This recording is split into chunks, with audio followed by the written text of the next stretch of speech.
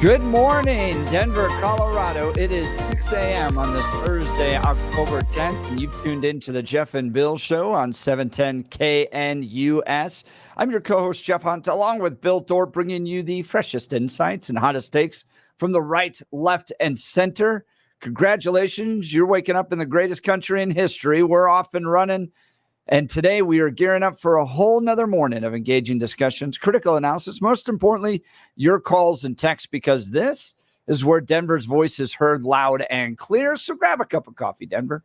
Let's dive into the issues that matter most to you right here, right now. Phone lines are open. Give us a call, 303-696-1971, 303-696-1971, or text us on the Dan Capitalism Law text line at 720-819-5115. It is the morning following a crazy hurricane, Milton, that made landfall last night, slamming into Florida with destructive winds, catastrophic storm surges, multiple fatalities were reported coming from tornadoes in Florida. That's wild. More than 3 million people this morning are without power. Hurricane Milton made landfall near Siesta Key last night as a Category 3 storm with winds of 120 miles an hour. Coming up in the 7 o'clock hour, we're going to talk with Rory O'Neil, national correspondent with NBC News Radio, who is down in Florida. He'll be joining 7 o'clock hour. Will Trachman, 8 o'clock hour, general counsel for Mountain States Legal Foundation. They were one of the members of the team at the U.S. Supreme Court yesterday. Garland v. Vanderstook. This is the ghost gun ban. And Will Trachman, friend of the show, was there fighting for your Second Amendment rights. We'll be talking with him in the 8 o'clock hour. And then we're going to preview the Trump rally as well.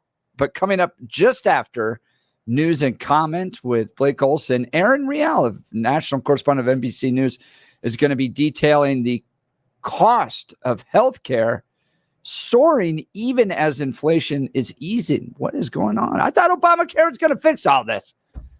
It's gotten more and more expensive. So we'll be talking with Erin Real in just a second. But first, news and comment with Blake Olson. Good morning, Blake. Good morning, Jeff. That jersey is ridiculous, by the way. Prime, baby. Oh, man, you are crazy. All right, we'll talk about that later. 50 and clear in Denver, expecting a high of 81 today. The 7-10 5-day forecast is coming up. Our top story. I'm born and raised in Florida. We actually lived in Fort Lauderdale when Andrew hit, and we evacuated to Sarasota. So now it feels like, here we are almost 30 years later, just doing the opposite. We just barely got cleaned up from Hurricane Helene, literally 2 days before. To be honest, my insides right now are shaking. I feel like crying. Hurricane Milton hit last night as a powerful Category 3 storm, bringing life-threatening storm surge, heavy winds and rain. A flash flood emergency continues for portions of west central Florida. The storm has left more than 3 million customers without power. And coming ashore earlier at Siesta Key, it's been downgraded to a Category 1, but Michael Brennan has a little more here from the National Hurricane Center. We saw, catastrophic impacts in the Tampa Bay region across much of the West Coast down to Fort Myers in terms of storm surge. We've seen the wind damage across portions of the Tampa, St. Petersburg area. We saw substantial hurricane force wind gusts all through the I-4 corridor. And even still this morning, strong winds and storm surge ongoing along the East Coast. Search and rescue teams from Colorado are prepared to help. They flew there just before the storm made landfall. The task force shared an update on Facebook to say that all 80 members will wait in Fort Blanding until the storm moves out and then get their assignments to help. Former President Trump in Pennsylvania last night said that we should all pray for the people in Florida. He'll be in Aurora tomorrow for the big event and is planning to hold a rally at Madison Square Garden soon. It hasn't been done in many decades, but we're going to make, how could New York be run worse than it is, right? With all the problem, everything is corrupt in New York, and we're going to make a play, and let's see. I mean, I think that, the migrants The migrants have taken over Madison Avenue. They've taken over Fifth Avenue. They've taken over the parks. The kids can't play Little League. You know, it sounds like a trivial thing. It's a big deal when you have a son that's a Little League player and he can't play. So we're going to go Madison Square Garden. We went to the Coliseum, Nassau Coliseum. We could have filled up the Nassau Coliseum 3 times. It was incredible. We left there a few weeks ago. It was incredible. So we're doing Madison Square. Reports say the rally at MSG will take place on October 27th. 2 Colorado officers are recovering from a shootout that put a neighborhood in lockdown Wednesday. One was struck by a bullet near his shoulder. The other was hit by glass and shrapnel. They were outside a Thornton house when people reported hearing gunfire inside. Police say a man came out and started shooting at the police, who fired back. About 20 minutes later, a SWAT team entered and found the suspect dead. An Adams County deputy has died after being hit by a vehicle in Fort Lupton.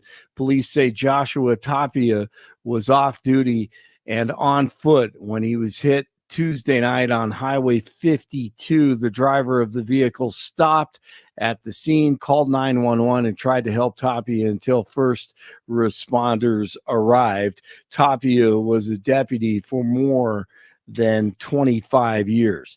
The Justice Department may ask a judge to break up Google's search engine from other parts of its company. Federal prosecutors accuse the tech giant of holding an illegal monopoly over online search.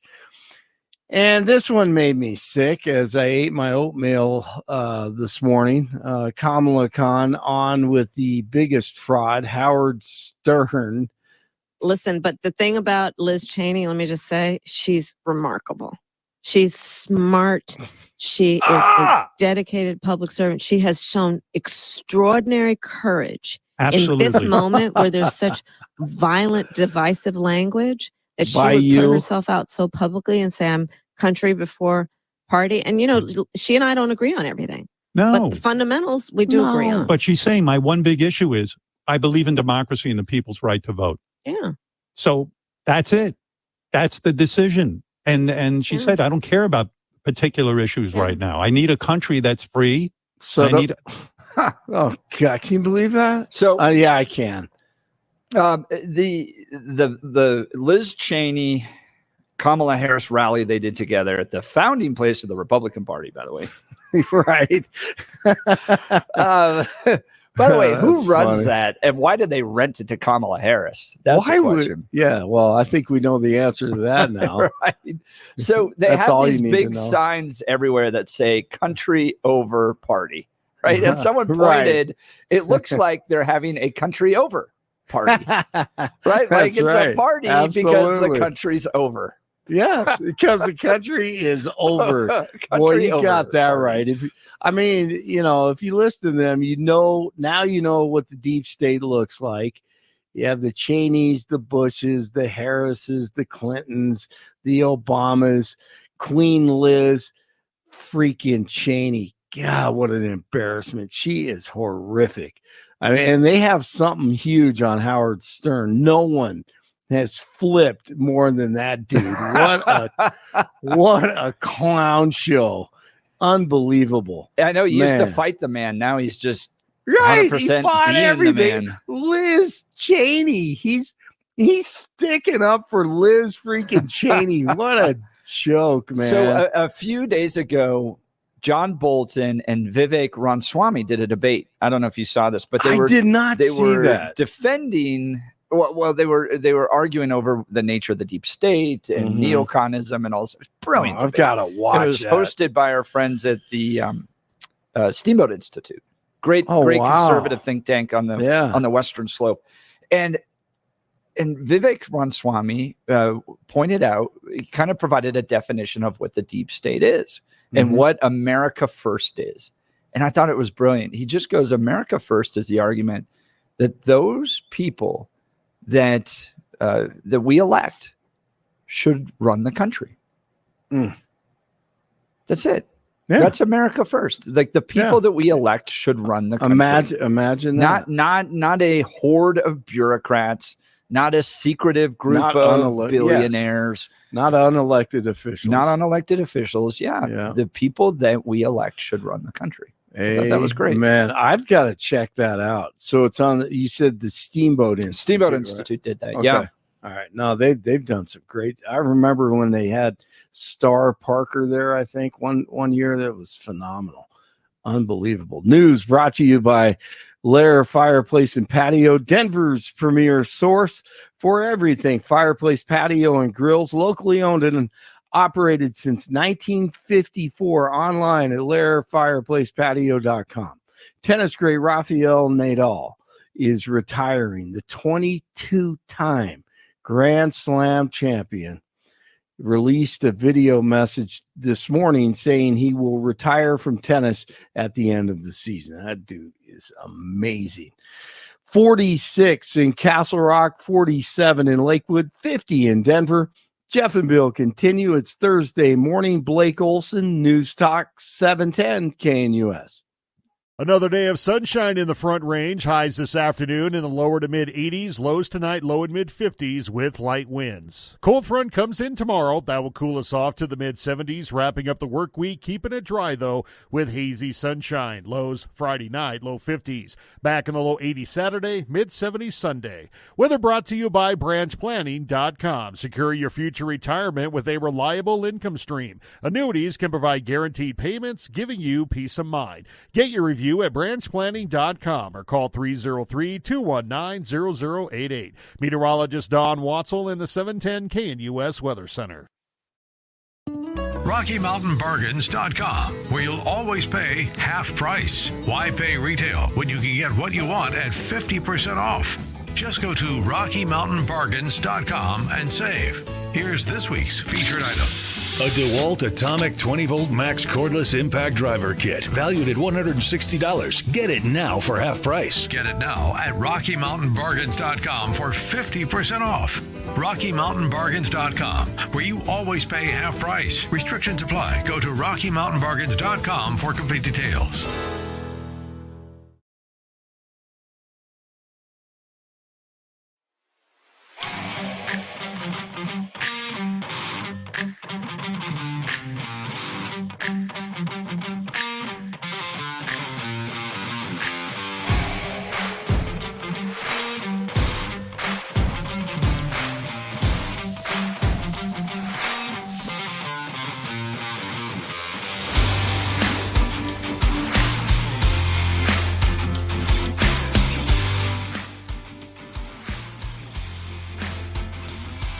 Well, tomorrow's the big day.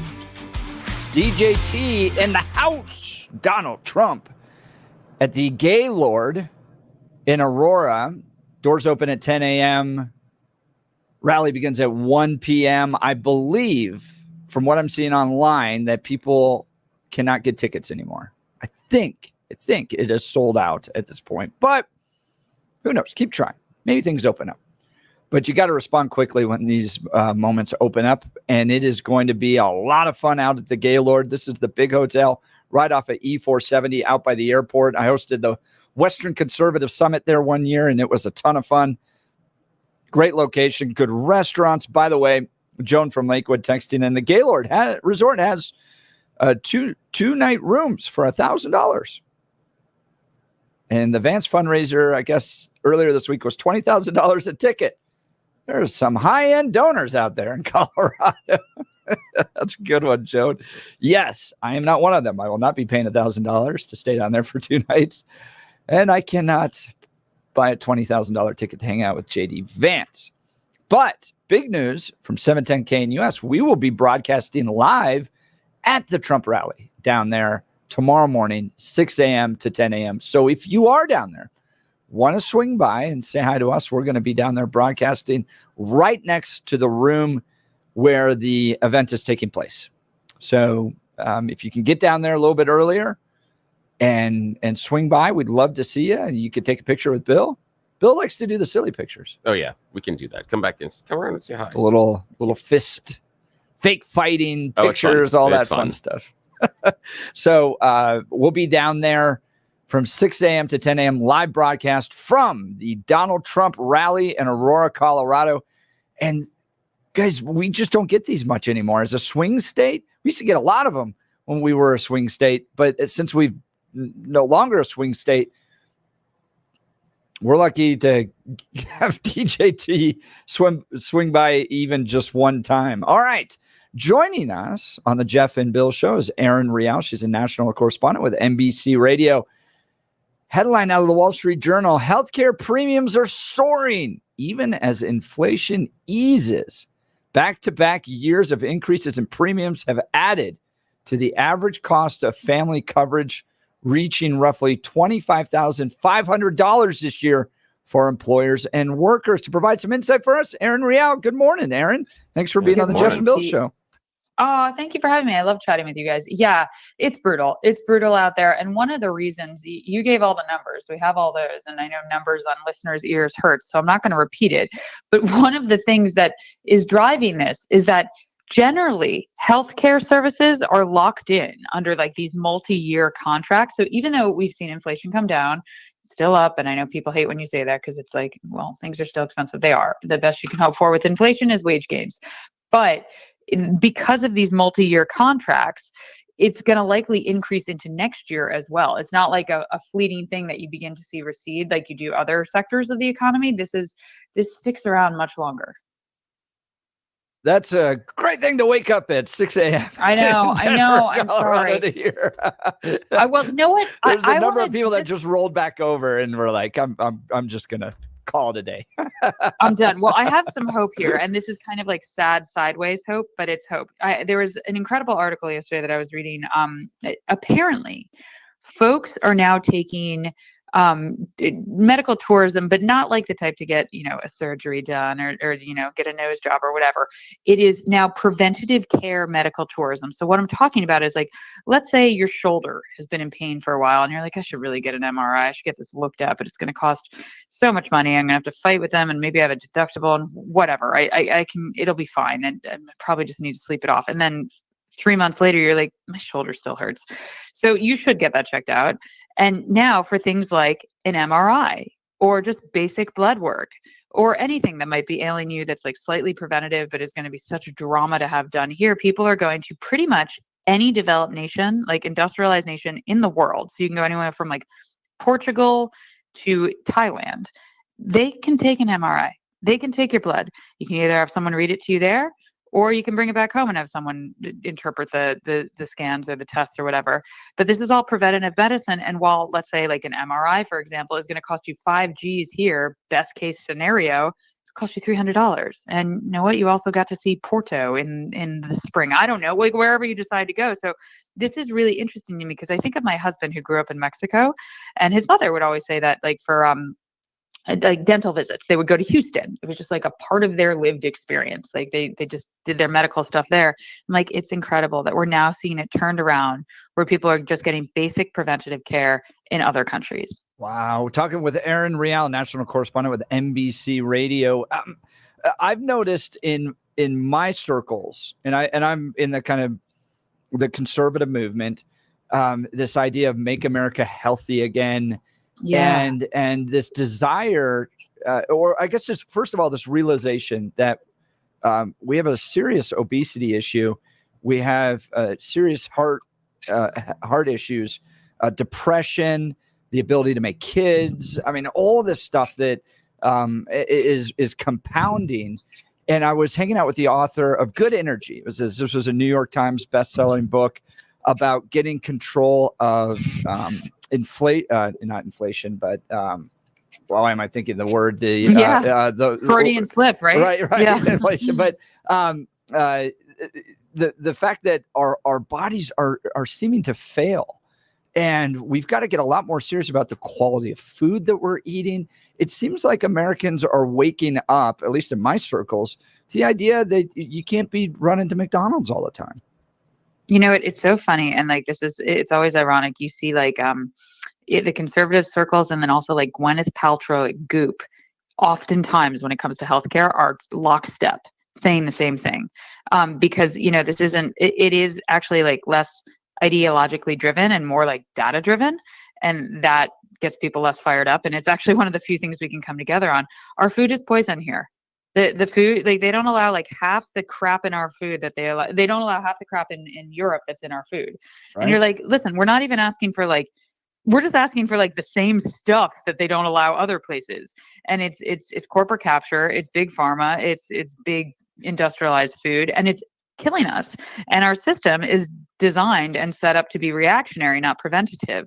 And that's why we have things like, okay, so it's really expensive here because for whatever reason we insist on keeping insurance companies like, you know, in the black, and we do that via keeping them a part of the system, which they don't necessarily need to be if we just alter the system a little bit. And yes, you know, people get very fired up when you say socialized healthcare. They love Social Security though, but like, so let's say we're not even going to do that. The idea that like the best way to keep your population healthy is if they don't get sick in the first place, which is why many European countries just prohibit the things that make you sick. Because it's like, okay, if you just look at this from like a numbers perspective and are really cold about it, if the people don't get sick in the first place, it's going to cost less, like way less. Right. So how do you keep them from getting sick? You don't give them poisonous food. You make sure the food's not garbage. And then you're already, half the battle is won. Erin Real, national correspondent with NBC Radio. I mean, I was literally at a conservative conference among some of the best thinkers in the conservative movement, and they were saying everything you were just saying. And I kind of sat there and I was like, wow, now we're hanging out with Robert F. Kennedy. And I was like a Bush conservative. Like we have strange bedfellows, but things have merged together. And it's because of that concern about what's happening to our bodies, what's happening to our kids. And look, I was a youth pastor for years in California, and we would do ministry on campuses at middle schools. And I remember just watching the kids just eat these flaming hot Cheetos and Mountain Dew for lunch.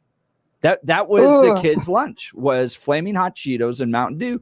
And we did that for our culture's done that for the last 20 years. And we're like, we have an obesity epidemic. How did that happen? And a depression epidemic and a suicide epidemic. And yes, like I would say that social media and technology is a big part of that. But no, listen, we're grown adults. If you put crap in your body or you put something good, how do you feel? It's really simple. You're like, and no, like this doesn't mean you can never have a piece of cake. You can, and you should. It's part of the joys of living. Food is beautiful, but it's like, no, what's not beautiful? Mountain Dew and Cheetos every day for lunch. That will make you very ill, and you also feel terrible. Now, Erin Real, national correspondent with NBC Radio.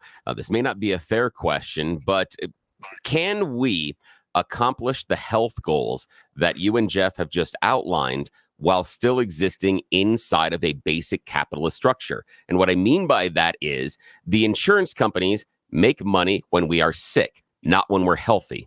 The food companies make money with the extra chemical additives because they are cheaper and easier to put in the food rather than getting to grow the nutritional stuff. Jeff and I just had a conversation earlier this week about the ingredients list that you have on the back of ketchup that is vastly different inside of the EU and here. You can read and understand all the ingredients. They're all natural. There's like 6 of them inside of ketchup in the EU. Here, it's a whole bunch of high fructose sodium carbonate, blah, blah, blah, blah, blah, all bunch of chemicals that are in there. But it is cheaper for the companies to produce that version of ketchup here than it is to produce the EU version. Can we accomplish the health goals that both you and Jeff have outlined while still functioning inside a capitalist structure? Because at the core, it's not necessarily profitable. Of course we can, 100%. And the reason we can is because what we're operating under right now is crony capitalism. Nonsensical, like, the hydrogenated oils. How did those get in there in the first place? Don't we just need like tomato, a little bit of sugar, and some salt? Like isn't that what's in yes, it is. And delicious ketchup from a capitalist perspective that isn't manipulated, people will buy. They will buy it because this is how it's designed. But when you have corporate interests taking control on big food, industrialized food, basically just pushing their agenda and being like, no, let's subsidize rapeseed oil, and then we can do that. It's nonsensical. And then you have the markets that are selling only this, and then you have food deserts. There's so many reasons this isn't working. But no, from a cost perspective and like a purely capitalist perspective, listen, look at capitalism at work. People are leaving the US for corporate preventative health care. like, because it's more cost effective and excellent elsewhere in any industrialized nation. You're like, no, that is capitalism at work. And it's showing us that ours is filled with cronyism. Talking with Erin Real, a national correspondent for NBC Radio, excuse me, about healthcare premiums soaring even as inflation eases. A lot of this, according to the study, seems to be related to Medicare and the rising costs of serving an older population. Can you talk briefly about that?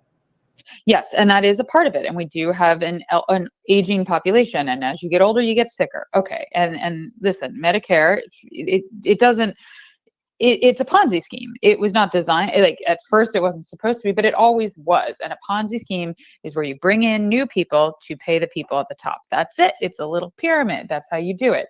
That's what it was. So that's how it was structured. You know, this isn't like an investment, like a pension, you know, where you pay into it and then get a payout one day. It's designed for, it's structurally different. So what do you do when you have less people and then costs go up and then you have inflation and all of these things? It isn't sustainable.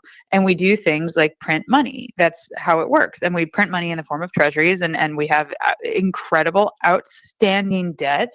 And both presidential candidates are going to add to it.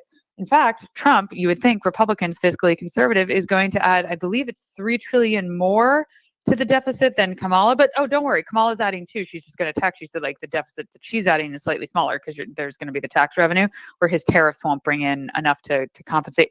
It doesn't matter. The point being, this is all adding to the burden, to the cost burden that doesn't need to be structured like this. And our healthcare system is structured with these benefit managers and all of these things that are increasing costs that just don't need to be there. And listen, I in spite of being a journalist, I'm always hopeful. I really do think like we go through bad things, but the ship rights itself. At least it has thus far. It will get gnarly, but there will be something that will come up and just put this in a different direction, because it's going to go that way. It 100% is going to go that way. It's just a matter of time and how long. Erin Real, a national correspondent with NBC Radio. Thank you so much for taking time this morning to discuss this and encourage people, go eat healthier today. It'll help you in the long run, and you'll have a better life. So this is a bad time for me to mention the McDonald's purple, another Burger King purple burger thing that they're doing with Adam's family. Probably a bad purple. Probably a bad way. I'm sure purple's healthy. I've heard that in the food chart, purple is one of the healthy food groups. I'm certain. If it's not an eggplant, don't eat it. Yeah, that's great. Thank you so much, Erin Real. Thank have you. A great We day. appreciate you. Look, you got the Trump rally on Friday. Yeah. But there's another great event coming up November 15th where you can be part of talking to those that are on the top of making decisions and guiding the conservative direction of this country. Colorado Christian University invites you to an exclusive luncheon and lecture on Friday, November 15th, featuring the 48th President of the United States, Mike Pence, and his wife, former Second Lady Karen Pence. Partnership with the Centennial Institute and CCU President Eric Hogue. This event offers a unique opportunity to engage in conversation with Vice President Pence, one of America's most dedicated public servants, sharing his insights on the future of the conservative movement. Be among the first to experience the new Armstrong Center as CCU launches its President Speaker Series on this historic occasion. Go to ccu.edu/Pence to get tickets and learn more. Limited tickets are available for breakfast with Karen Pence, lunch with Mike Pence, and morning and evening lectures. Throughout the day, you'll engage in conversation on leadership, faith, service with these distinguished guests. Please join CCU on November 15th for these events with Mike and Karen Pence. Go to ccu.edu/Pence to get tickets and learn more.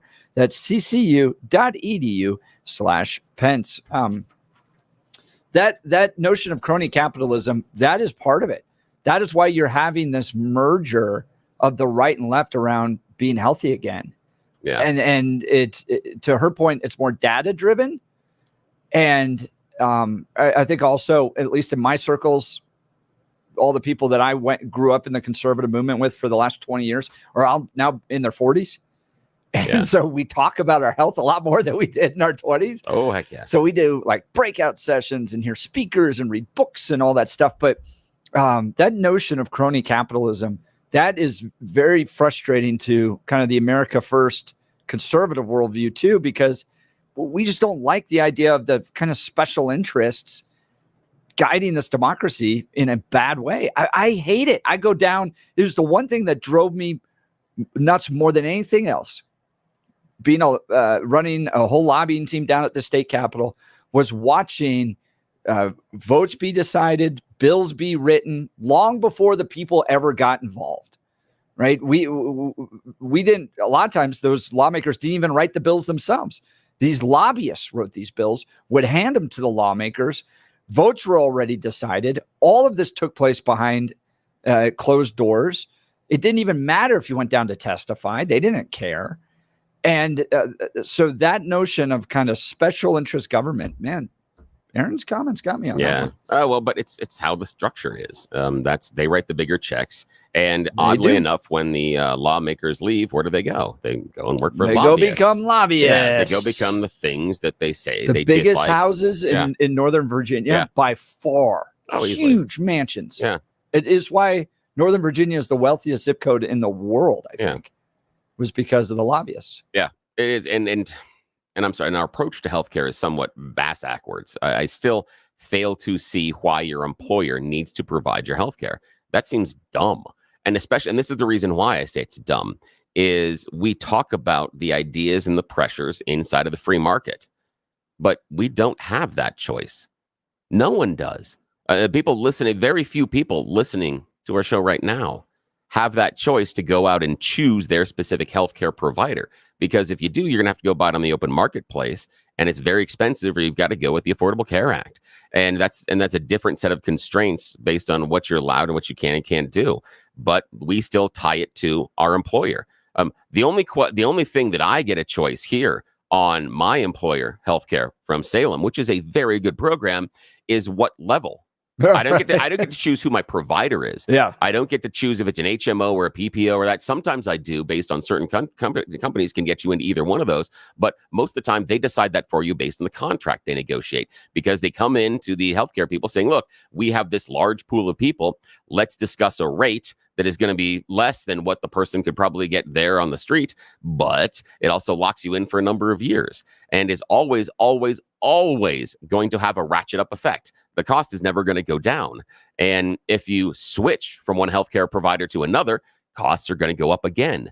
And I just think that our approach to how we have structured the healthcare system is a little bit backwards. And I'm also curious about why we feel that an insurance company is always going to have your best interest in mind, because they only make money if you don't use the service. Yep. That's when they make the mostest of their money, is if you don't come in and have to get all the stuff. And that's why they ding you for everything else on the tail end. And then we can go into the cost structures inside of hospitals. But we have gone into this with a very, very weird idea. And I still have no one that can explain to me reasonably why my employer still needs to provide my healthcare insurance, and we can't let some of the free market pressure of individuals out there. Now, at the first blush, we would all pay more, because that's what would happen, because it would be more expensive to insure an individual than it would 10,000 people or 500 people or even 50 people inside of an organization. But you'd assume that based on competition, those prices would then have to get down. And then the whole lack of price transparency. Oh, that's ridiculous. Yeah, I mean, they don't want to tell you. They don't want to tell you. And one of the things that is nicest about my family, that I feel luckiest about, is the fact that my wife worked in insurance. She can read those billing codes. She knows exactly what is going on. Yeah, in fact, a skill set. Here's one of the things that is the best.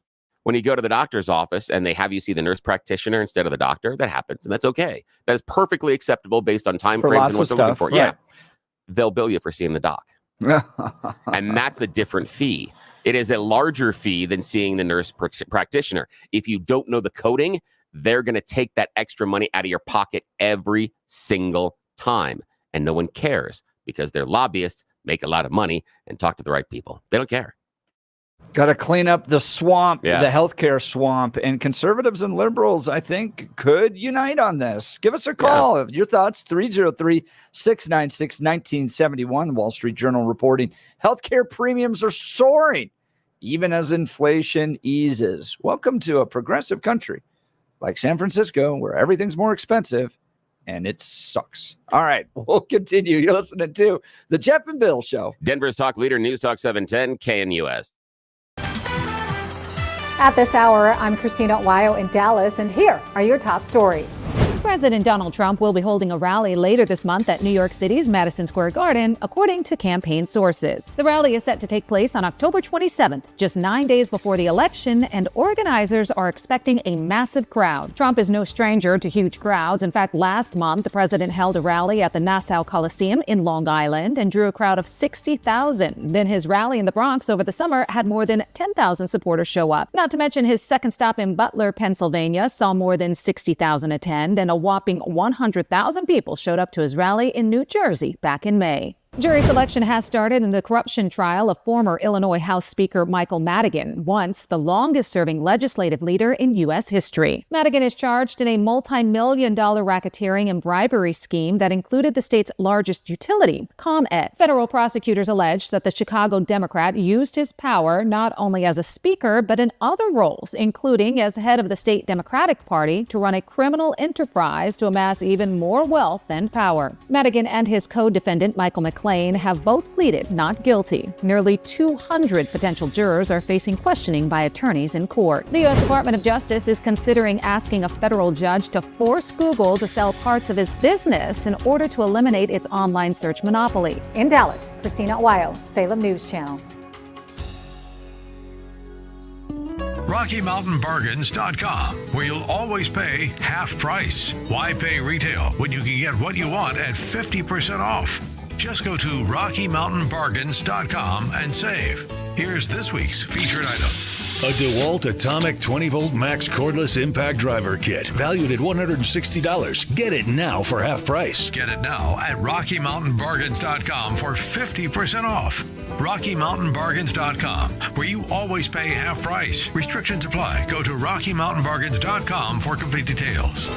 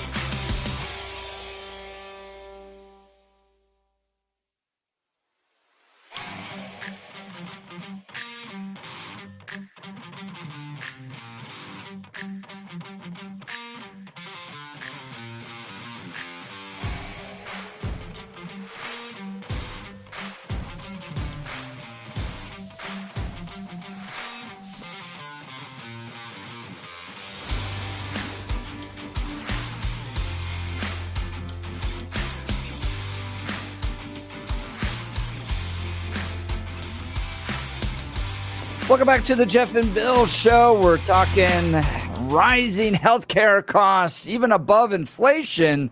What is going on? Great interview. We just wrapped up with Erin Real, national correspondent for NBC Radio. Love to get your thoughts. Let's go to the phone lines. Jim, Denver, good morning. You're on the Jeff and Bill Show, News Talk 710, KNUS. Morning. Hey, good morning, guys. When you consider these workers around the country that do have collective bargaining and how much of their health care coverage falls on those contracts, you know, over the last 30 years, there's statistics that show that these people are paying up to 42% of every raise that they negotiate, and it goes directly into the health care markets or health insurance markets, not even health care. And they're just trying to hold on to their benefits packages. Now, they do have the Cadillac, which we would consider good health care, which I guess that's what our representatives and our lobbyists get, right? But the rest of theirs us is are better. stuck with. Theirs is better. Well, yeah, they have total socialism. Yep. Total socialism there.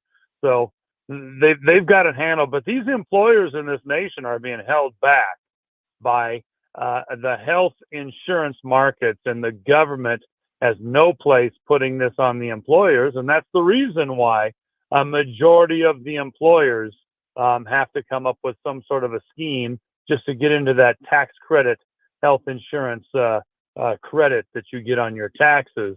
But there's so few people, there's so many people, I should say, that do not have health insurance through their employer, or it's worthless when they go to the doctor. So we've got a big problem with unhealthy people in the way we eat and the way we think and the way we compete. And you know, she brought up Europe and the way they do things. They don't even allow companies to put food that's unhealthy out there on the street in the manner in which we do. Ketchup is not a vegetable. No, in fact, Jim, guess what? You know what? There is a very popular candy that you cannot get in the EU. And it's incredibly popular here in the U.S., but you can't get it because of the chemicals inside, specifically the dye. Yellow, I think it's yellow dye number 8 and the red dye number 5 that is used in it. And that is Skittles. You can't get Skittles in much of the EU because of the chemical dyes they use inside of it. And that is a huge problem. There are countries in the EU where you can't get Doritos because of the partially hydrogenated oils and how they have to make them there. And yeah, because that's what we're doing. And I hear what you're saying, because we all know people personally that either they're in unions or just in, working for themselves or working for a company where their wage gains have been eroded by healthcare costs. I still remember, and this is over a decade ago, if not more, sitting in a room with a bunch of radio people, and the company we were working for at the time announced a change in our healthcare and talked about, here's what it is. We're going with a new provider, and this is the change, and you're going to have to do this, and blah, blah, blah. And here's the premium. This guy who's been working there longer than I have, but is a row in front of me and over to the right a little bit, all of a sudden throws down his pen and he goes, there goes all my effing raises for the last 5 years. All the wage gain he had made in the past 5 years was eroded in 30 minutes in a meeting about a change by his employer for health care coverage. He just went back 5 years in his earning potential, into what he can put on the table, into paying for stuff that he can do with his kids. This is a man that had 2 kids at the time and was married. And he sat in a meeting, and because his employer made a decision on healthcare, his wage gains over the past 5 years evaporated in a moment. And that's the system we are under. And I know people that work in both steel industry and the education industry that the unions talk about. They have given up actual wage gains day in, day out, in order to offset the gains in healthcare, meaning that the union comes to you and says, yeah, I know it sucks that next year and the year after and the year after, you're not going to get any wage increases. I know cost of living goes up every year, but your check today is going to buy less 3 years from now. But that's because we have to take all we can to keep down the cost of healthcare. All the wage gain we normally would put in your pocket, we're now kicking back to the company so that they can pay for your healthcare. That's the scam. And there is a reason why the Republican Party since the 1980s has been trying to move the retirement age up to towards 72. They want everybody to work till they're 72 and keep paying a monthly fee that is the equivalent of what used to be a mortgage back in the 80s and 90s. I think it has more to do with the fact that Social Security is going to be insolvent if you don't. I think that's part of it, it's just like it's just a math problem. You've got we're paying out too much. The Social Security withholdings tax because they saw this coming, and they also wanted to increase the retirement age. I'm a 67 person, whereas back then it was 62. Okay, so yeah, they squeeze money out of money where it circulates, and it taxes people that go to work for a living, and it subsidizes the financial industry, which is I guess what the lobbyists have adhered to, right? Jim, I'm with you on the special interests and building a system that benefits them at the expense of other people. That's what we've done here. And it's also just government involvement in this whole process. Jim, I appreciate the call. We've just got to get to a break because we've got You Choose the News coming up. You're listening to the Jeff and Bill Show. Denver's talk leader, News Talk 710 KNUS.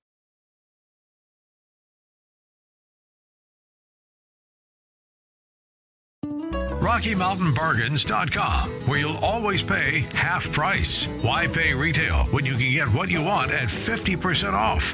Just go to RockyMountainBargains.com and save. Here's this week's featured item.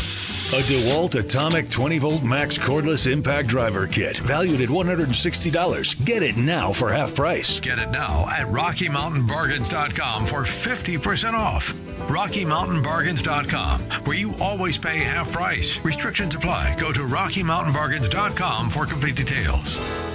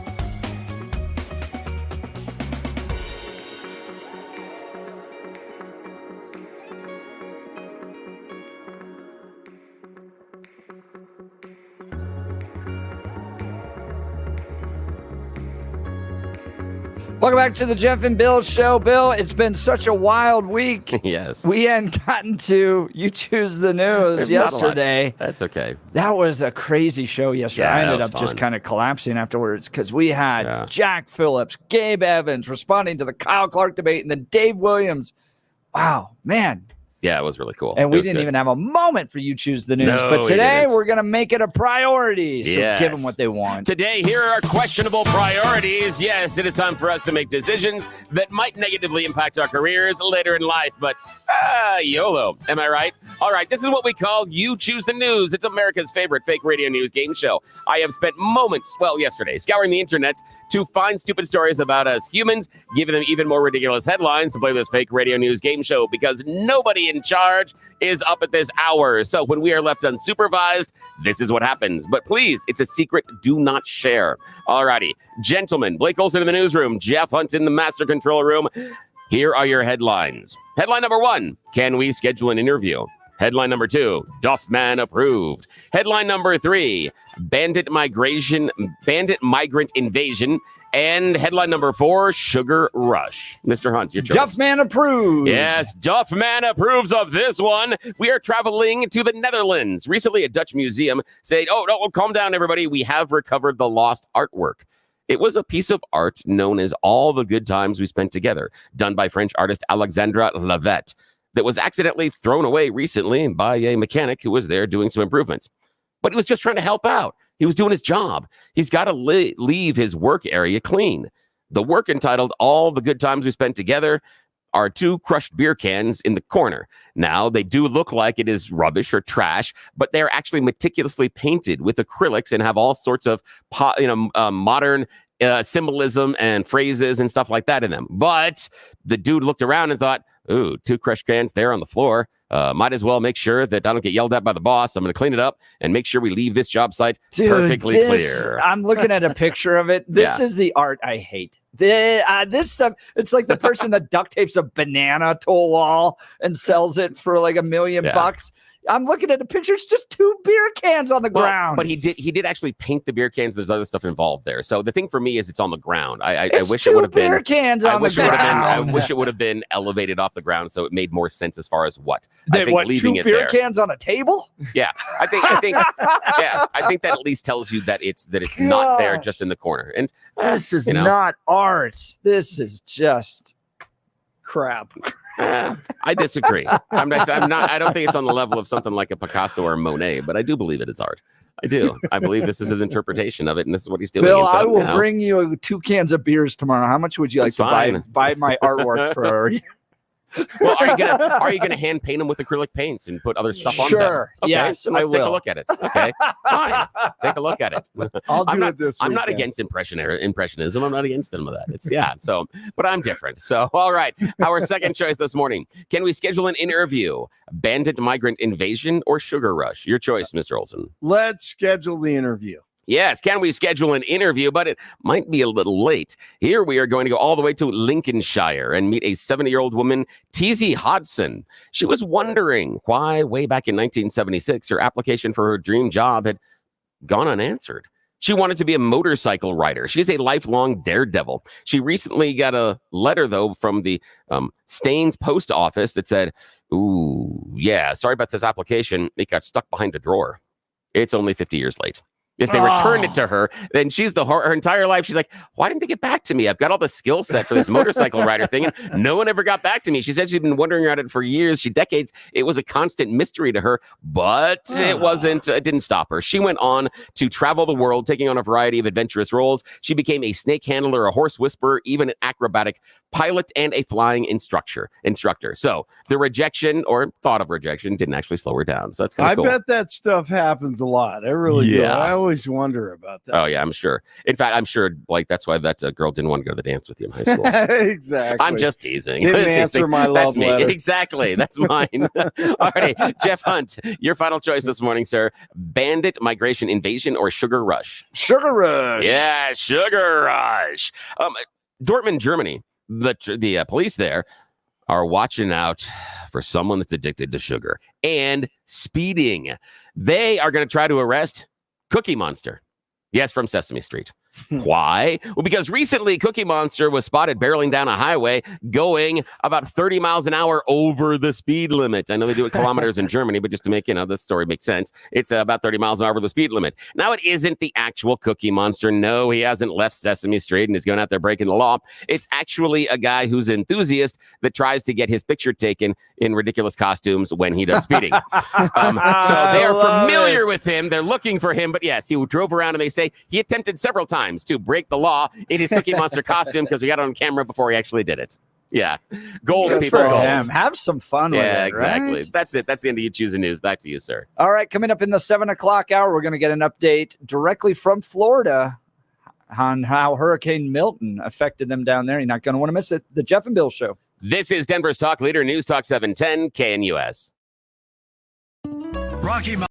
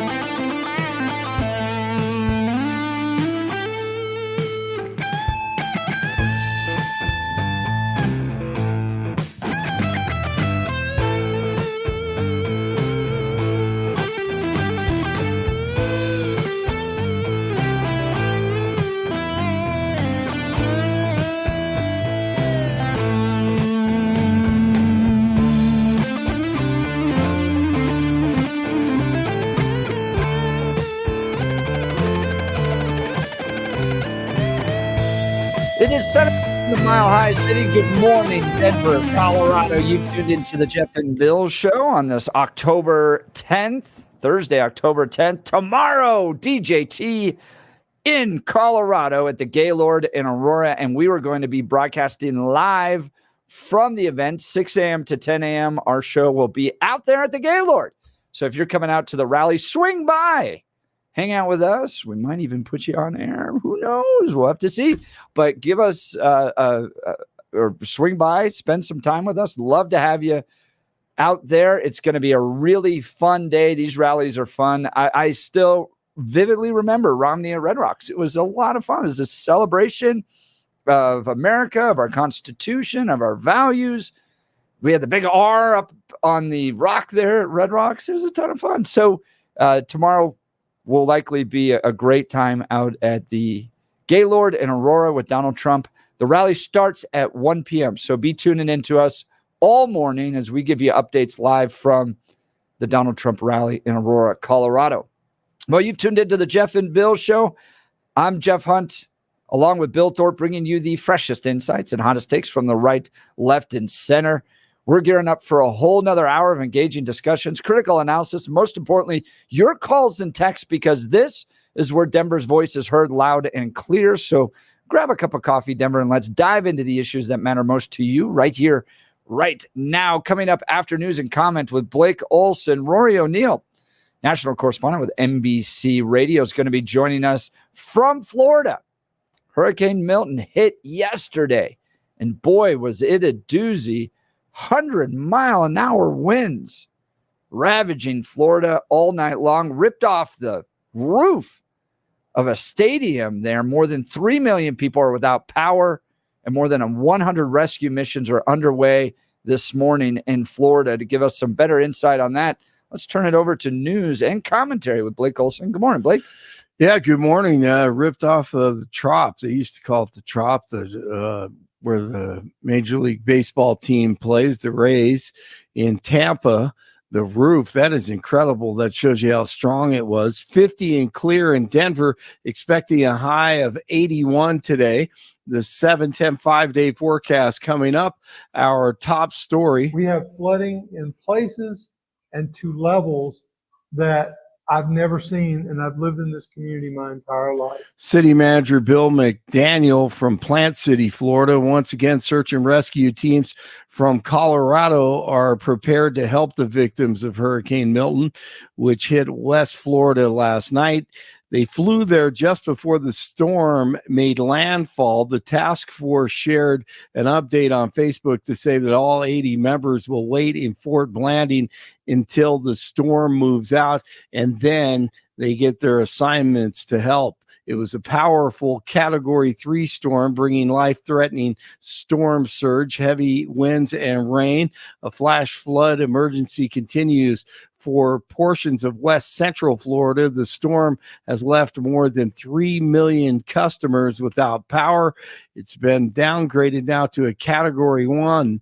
Several deaths are being reported in St. Lucie County, where tornadoes destroyed everything in its path. St. Lucie County felt somewhere between 6 and 12 tornadoes that touched down. These tornadoes are strong enough to flip cars over, take trailers off their foundation. So I would safely say in St. Lucie County, not necessarily this, we're well over 100 homes that are damaged. And I'm not talking about just a broken window or a couple shingles. I'm talking about total lost houses.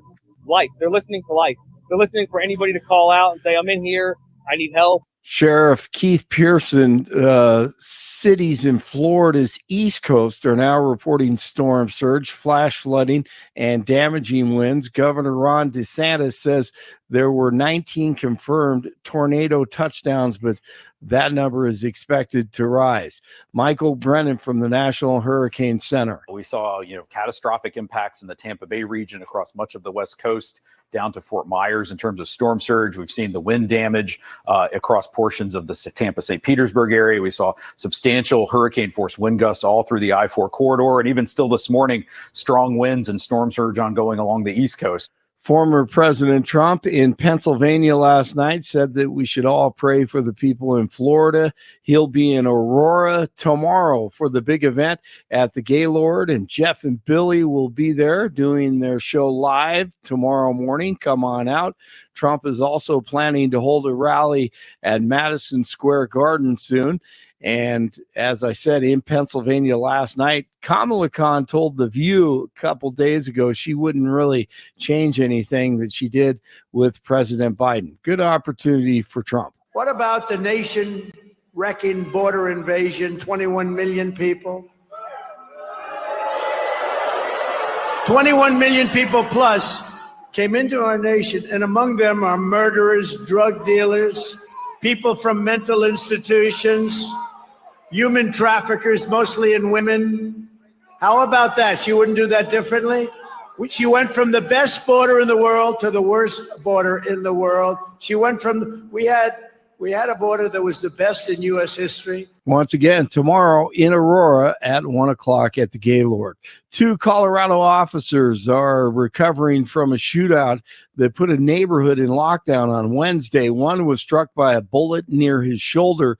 The other was hit by glass and shrapnel. They were outside a Thornton house where people reported hearing gunfire inside. Police say a man came out and started shooting at police, who fired back. About 20 minutes later, a SWAT team entered and found the suspect dead. The Justice Department may ask a judge to break up Google's search engine from other parts of its company. Federal prosecutors accuse the tech giant of holding an illegal monopoly over online search. Tennis great Rafael Nadal is retiring. The 22-time Grand Slam champion released a video message this morning saying that he will retire from tennis at the end of the season. Incredible career. 46 that is in Parker, 47 in Arvada, and 50 in Denver. Jeff and Billy continue Thursday morning. Blake Olson, News Talk 710 KNUS. Another day of sunshine in the Front Range. Highs this afternoon in the lower to mid 80s. Lows tonight low and mid 50s with light winds. Cold front comes in tomorrow. That will cool us off to the mid 70s. Wrapping up the work week. Keeping it dry though with hazy sunshine. Lows Friday night low 50s. Back in the low 80s Saturday. Mid 70s Sunday. Weather brought to you by branchplanning.com. Secure your future retirement with a reliable income stream. Annuities can provide guaranteed payments, giving you peace of mind. Get your review at branchplanning.com or call 303-219-0088. Meteorologist Don Watzel in the 710 KNUS Weather Center.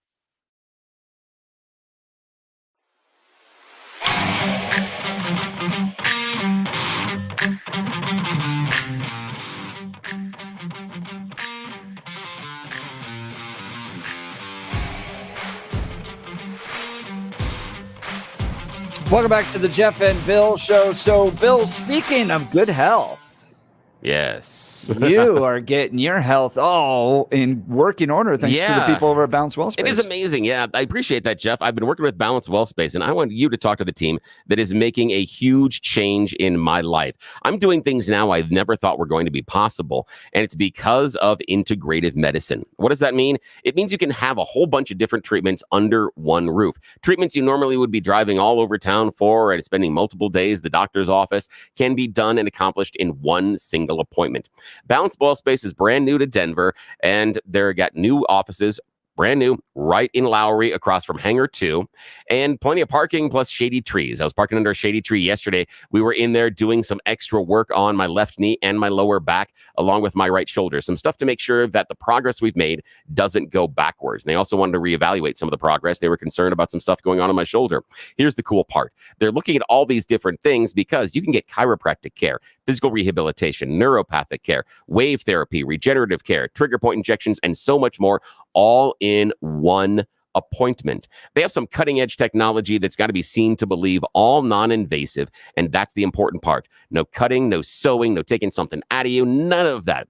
This is about using your body and their therapies to get you better. So talk to the team, talk to Dr. Dooley, Dr. Jess. They will evaluate where you are. They'll ask you what you're not doing and how that pain is affecting your life. They put together a custom pain plan just for you.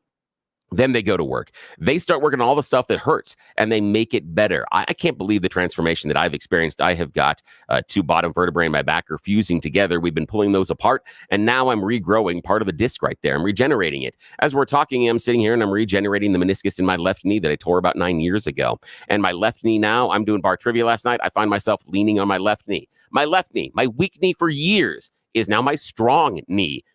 That's the change they can make in your life as well. But until you talk to them, until you go to balancewellspace.com, they can't help. That's the first step you got to take. You've been taking steps in dealing with pain day after day after day. Take a step that's going to relieve that pain. Talk to my friends at Balance Wellspace, balancewellspace.com. Again, brand new offices there in Lowry, cutting edge technology and all non-invasive. What they're doing with regenerative medicine is crazy. I never would have guessed it. And that waveform therapy has destroyed a whole bunch of built-up scar tissue, and now my right shoulder feels better than it has in 20 years. They can make the same change in your life, but they can't unless you talk to them.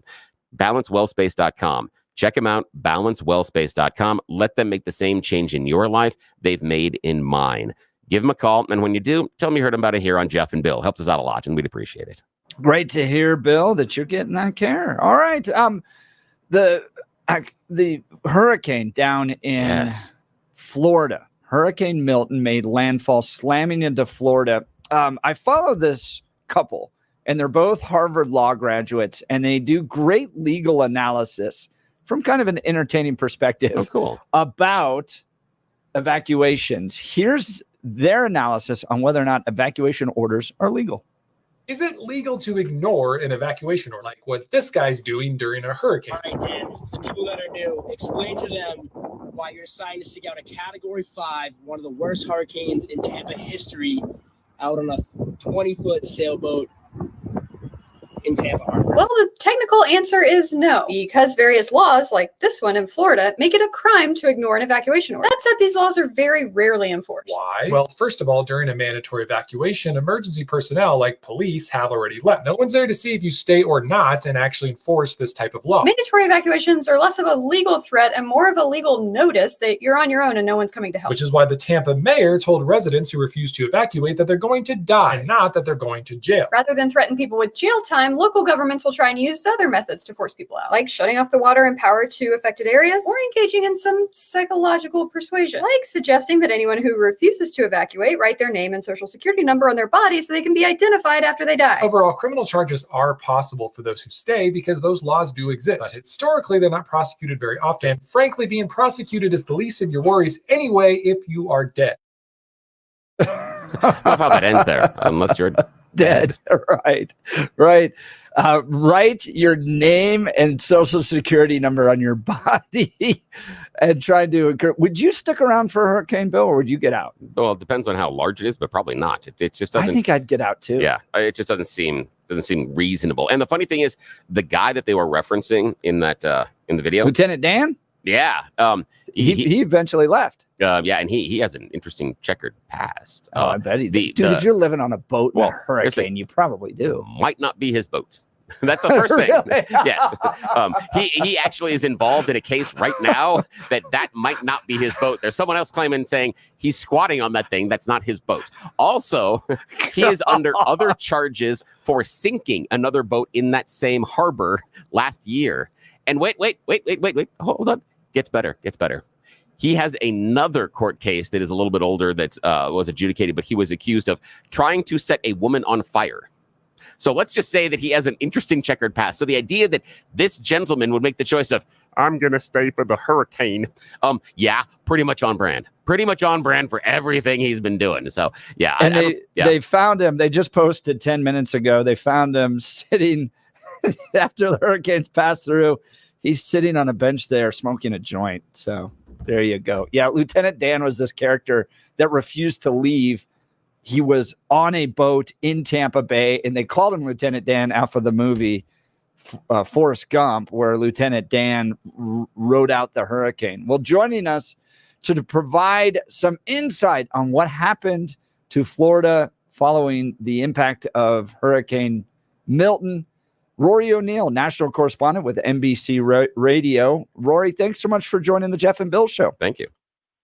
Yeah, sure. Good morning. Quite a bumpy night. Yeah, tell us about it. And where were you stationed down there? Well, we had some of our colleagues had to be evacuated from their radio studios. So what we've done is we took everyone and moved us south to South Florida so that we would be guaranteed to have power and provide programming for those stations in the path of the storm. So I actually wrote it out here in South Florida where it was just fine. Hoping my house back in Orlando was doing okay, but apparently there's no power there. But so that means at least I can work more here. Wow. So tell us what you saw, what your colleagues saw and experienced down there. Well, what I think really surprised us with this storm were these tornadoes. Hurricanes spawn tornadoes all the time, and Florida frequently has tornadoes, but they're these EF0, EF1. They're these little ones that last 3, 5, 10 seconds and are quickly gone and maybe knock over a small tree or a mailbox. In this case, though, this thing looked like it came out of Oklahoma, a few of them. And we really haven't seen tornadoes of this category before. And sadly, they caused multiple fatalities in places like Port St. Lucie. Now, that is on the Atlantic coast, not the Gulf Coast. It's on the Atlantic coast, north of West Palm Beach. And it wasn't really in the zone for getting the worst of Hurricane Milton. So I think they may have been caught off guard by these tornadoes. And that's just one of what we believe are 27 tornadoes that touched down in Florida yesterday. Our phones were blowing up all day. 126 tornado warnings across the state. That was a record high number. I think about twice the number of tornado warnings in a single day in Florida than ever before. Wow. Those numbers are incredible. Yeah, it does seem like you guys were right in the middle of Oklahoma or something with all those tornadoes happening. Now, can you talk about injuries, fatalities? What are you hearing regarding how people dealt with this? Yeah, so it's a large area, obviously, that we're talking about, and it's so far 4 confirmed fatalities associated with those tornadoes. They're really just starting to scratch the surface now that the sun's up and try to figure out what happened in places in Sarasota County, in Bradenton, in Siesta Key, where the center of this storm made landfall around 8 o'clock last night. We've all seen video of Tropicana Field. That roof came off. Okay. But the real concern is what happened with storm surge in these coastal communities, who stayed behind, and if anyone is still there that needs rescuing. Talking with Rory O'Neil, national correspondent for NBC Radio. We've seen some videos that are circulating on social media of the governor, Ron DeSantis, just looking exhausted down there. Is that the case? Was it just a clip? Can you give us a sense of his leadership in the state during this hurricane? Well, look, it's the second one of these in 2 weeks, right? So we went through this with Helene when it brushed Florida's Gulf Coast in this same spot where Milton made landfall. And of course, Helene came across big time in the Big Bend area of Florida, wiping out places like Perry, Florida, and then into Georgia and the Carolinas. So, yeah, he's been at it for a while, that's for sure. He's also the father of 3 very young kids, like they're all under 7 or something. So that'll do it to you at the same time. Now, Rory O'Neil joining us live here on the Jeff and Bill Show. He is a national correspondent with NBC Radio. I want to talk to you about, this may be a little personal, the home in Orlando. Florida has been hit relatively recently, 2 hurricanes back to back. Are you staying in Orlando? I mean, saying long term, does this type of weather event make you rethink, maybe this isn't where I need to keep my family? It's guaranteed employment. I get to talk to you. That sounds like a negative, honestly. No, I mean, look, it's going to scare some people off. I'm in Orlando, which is dead smack in the middle of the state. So I'm not as concerned about the deadly storm surge. I think you probably heard this week that there's the old line that's really been used a lot. When you hear that there's wind coming, you hide from the wind. But when you hear there's water, you run. And that's the case why we saw so many people evacuate. They had gotten brushed with Helene. They saw that earlier this week, this hurricane, Milton, had winds upwards of 180 miles per hour, off the chart Cat 5 stuff, gusts over 200 miles an hour. That's the sort of stuff we associate with typhoons in the Pacific hitting Japan, not in the Gulf of Mexico. So bizarre to see this powerful storm. And when I told you 180, over 200, Cat 5, that's going to make any old Floridian, who I don't care how many storms he's been through, they're going to get out. And that's why we saw so many people evacuate ahead of this one. Now, Rory, what is the feeling like with the average Floridian? It seems like you're taking a hit after hit after hit. How do you guys keep smiling? What is the feeling like rallying around the neighborhood and the community and helping your neighbors? Talk to us about that. Well, we've had and this has been developing for a few years now, we have a homeowners insurance crisis. All these companies that you see advertising, especially on NFL days, they've all pulled out of Florida because they don't want to insure us. So our insurance premiums are absurd. A buddy of mine just sold his house before all that, a couple months ago. But his insurance premium it's a nice house. It's not a mansion. It was a nice house, though. But his insurance, the homeowner's insurance, was $14,000 a year. Wow. And, and he had every bell and whistle. He had every storm, hurricane window, did the doors, it was a brand new roof, the whole thing. Still, just the hurricane insurance was $14,000 a year. And if you're hit by a hurricane in Florida, you have what's called the hurricane deductible. That means the deductible isn't a fixed amount. It's instead a percentage value of your home. So if you bought a home 10 years ago for $200,000, now it's probably worth $500,000. Now you suddenly have a $15,000, $20,000 deductible on that $14,000 premium you're paying. That is getting crazy. And I think it becomes a disincentive for people to move and or stay in Florida, that it becomes more and more difficult to bring young families there. Right, makes you rethink that beachfront living and things like that. And that really is a problem here because those companies are leaving. The state instead is insuring more and more of those properties. And, this was not the big one as it turned out, but had it been, you could bankrupt the state by trying to have them make all these hurricane claims paid out. Ooh. Now, also, Rory, just before we let you go, I want to talk a little bit about some of the problems with evacuating large groups of people. And you've got real world experience with this. And I just want to know your experience being the NBC National Correspondent with NBC Radio, that how difficult it is to evacuate these large groups of people simply because of our roadways. The idea of, all right, guys, everybody out. We all line up on the road and then sit there in 2-mile-an-hour traffic for hours.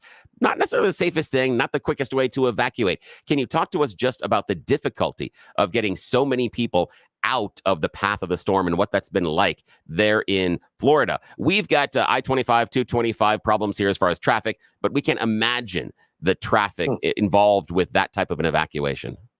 Well, the good thing when it comes to a storm like this, where it was hitting in the Tampa Bay region, you could head north, you could head south and over toward Miami, or you could head east toward Orlando. So at least there were 3 ways to go. When these things come in to threaten Miami, there's only one way to go, like you're going up. And so that becomes a much more difficult. Okay, I guess you could go west, but even then, that's still only 2 ways at best. And that's one of the fortunate things here. The real issue, too, is the people who don't evacuate or can't evacuate, either for medical reasons, which is very common. Now, the county will give you free transportation. You register with the county and you have a medical issue and you're bedridden or something, the county will get you to a shelter for free in advance. But it's going to take a couple of days, and people don't want to do that. The other issue is your pet. You've got 2 huskies, and the state says, well, here's a shelter, but the dogs have to be in crates or you can't bring them. Well, a husky in a crate isn't going to happen. So, and so that's what, so these homeowners say, I can't leave, I got the dogs. So there are these things that prevent people from evacuating that are more important, or the money issue that people say, look, where am I going to go? I want to go to a hotel, but I can't afford it. Yeah, I've had huskies. Huskies don't do well in crates. Hey, Rory O'Neil, national correspondent for NBC Radio. We appreciate your time with us today on the Jeff and Bill Show. We may check in with you later in the week or next week to talk about the rebuild and what's going on to recover. Hope your house is okay. Thanks for taking time to be with us, Rory. Thanks, guys. Take care. Wow, it is amazing seeing the images, seeing the impact, seeing that video of the stadium and its roof ripped off and all that. Goodness. And this is the other part, is the fact that Rory's there. Yeah, he's doing his job, but he's like, no, this is Florida. Yeah, this is what we do. Well, and I was thinking about this. Is there anywhere in the country that doesn't have really bad weather issues from time to time? I mean, here in Colorado, we get slapped with these blizzards that knock us out for like 5 days. Yeah. The thing is, I think the blizzards here are less frequent than you have the flooding and the hurricanes, because there is a hurricane season. We don't have a blizzard season. So I think the infrequency. Winter? Well, I know, but it isn't. But it's not like, hey guys, it's going to be a blizzard and we're expecting blizzards for the next 6 weeks. We don't have that. Right. So that's what I'm saying by that. So here, I think it's better because of the infrequency of the disasters versus the idea of there in Florida, you got to plan for something every 12 months. I'm not saying it's going to hit you every 12 months, right? But you're expecting the possibility of every 12 months, which is a bit different than here. Let's go to California. You got earthquakes, you got wildfires, you got mudslides. Liberals. You go, you said it. I know.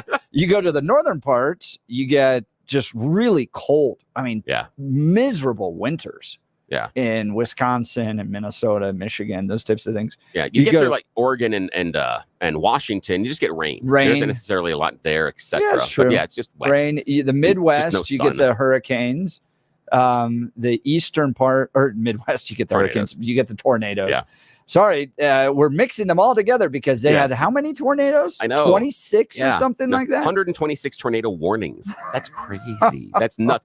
And when Roy was talking about the idea that the wind level was getting to typhoon level, that is even more ridiculous. And you can see why all the damage is. And I'm still shocked by the people that are like, no, I'm going to stay behind. But I get it if you're like, you can't move and you don't want your pets. Those pets, I can see that. I can see someone staying behind because they can't move their pets. I've got some people in some of my reptile groups that are keepers, and they talked about what they have to do to move their pets and how they were, loading up the back of the car with all the lizards we have and snakes at and stuff. some point 50 animals. Yeah, sometimes on our ranch. How do you move those? And you can't necessarily say, well, I got to leave these few behind. Oh, the chickens. Yeah. Okay, fair enough. You guys, good luck to you. You'll be okay. They are hardy animals. Yeah, they are. They find a way to keep it going. But yeah, and then in the South, you have the droughts in the United States. So I don't know if there's anywhere that's totally impervious to really bad weather. Sometimes. Question for you. Now, this is just you and me talking. The listeners obviously aren't here at this point. Now, just real talk, 100%. Would you consider moving your family to Florida, knowing the storms? And I'm not saying interior Orlando. I'm talking about on the edge. On the edge, yeah. So you're going on the edge. Good job, opportunities for the kids and the family, but you know that you're going to have to deal with these storms. And as we talked to Rory, the house insurance prices are going to be ridiculous. Do you make the move? Oh, if I was a pot lobbyist now, like Chris Holbert is, I'd go to Florida. Man, I'm so disappointed in that guy. Yeah, he and I used to fight over the pot stuff, and he was the Republican leader in the Senate, and now he's a freaking pot lobbyist in Florida. He's trying to turn Florida into pot central. Checks are really big. I know. We talked a little bit about moving after this last election, just because Colorado's becoming such a crazy state. Yeah. And if you want to work in the conservative movement, well, those opportunities are shrinking in this state.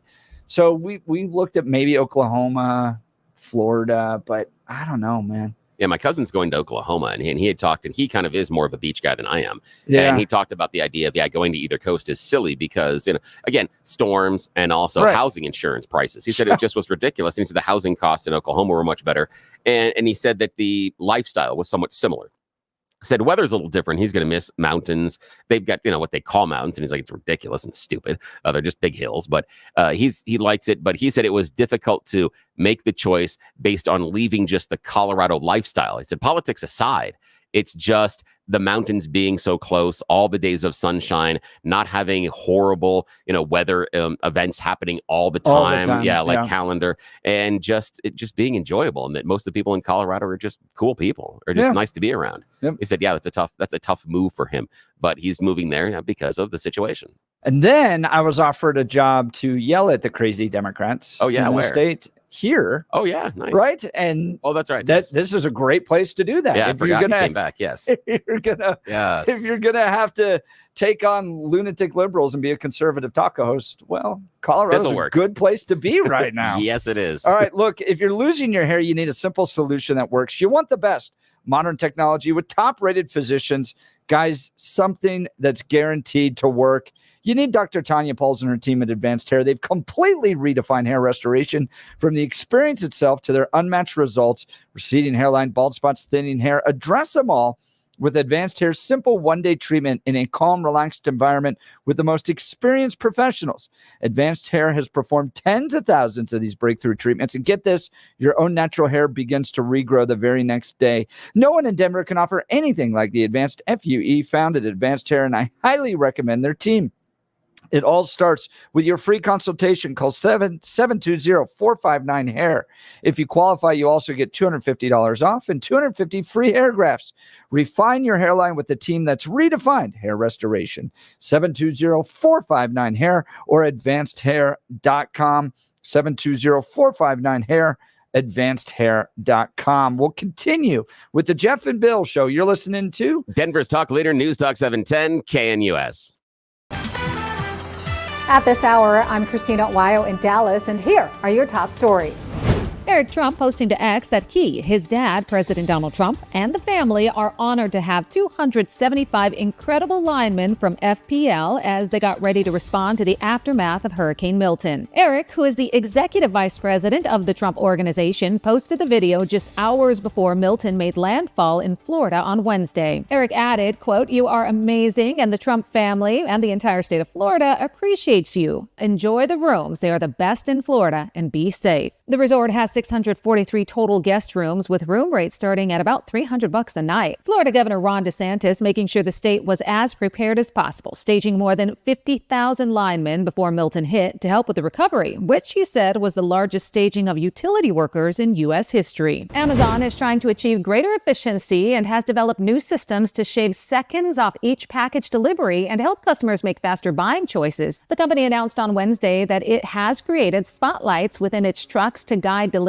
people to packages for each stop along a route. The technology, which Amazon is calling vision-assisted package retrieval, works by shining a green light on packages so the deliverer does not have to waste precious seconds reading labels. Amazon said it would equip 1,000 active delivery trucks with the Spotlight tech early next year. That's what you need to know at this hour. In Dallas, Christina Owayo, Salem News Channel. RockyMountainBargains.com, where you'll always pay half price. Why pay retail when you can get what you want at 50% off? Just go to RockyMountainBargains.com and save. Here's this week's featured item. A DeWalt Atomic 20-volt max cordless impact driver kit, valued at $160. Get it now for half price. Get it now at RockyMountainBargains.com for 50% off. RockyMountainBargains.com, where you always pay half price. Restrictions apply. Go to RockyMountainBargains.com for complete details.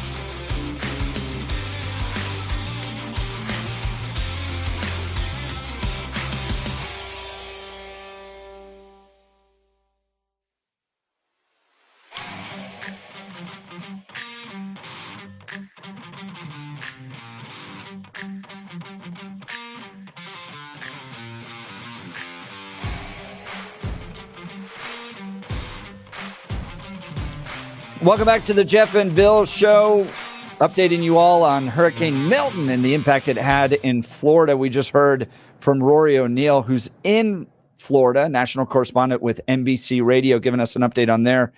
How do you think Ron DeSantis is handling this? And do you think it's setting him up to become president of the United States? Do you think he's handling it well? Because the election's November 5th. November 6th, the 2028 presidential election will begin. No matter who wins, it'll all start over the next day as potential candidates build their teams and get ready. And do you think that Ron DeSantis, especially in his handling of these crises, like Hurricane Milton, makes him more presidential? So I'll tell you one thing that I saw that I liked. Well, two things. First, there was a video circulating on conservative X in those circles about how exhausted he is, right? You could just see it, that it's weighing on him. So it comes across as a guy that really cares, right? He's not out sitting on a beach in Delaware. I have a phone. He really cares about the people that he's serving. You can see it weighing on him. But two, do you see the dog that was tied up? No. Oh, that hurts. Somebody leaving town tied up a dog on the side of the highway and just left.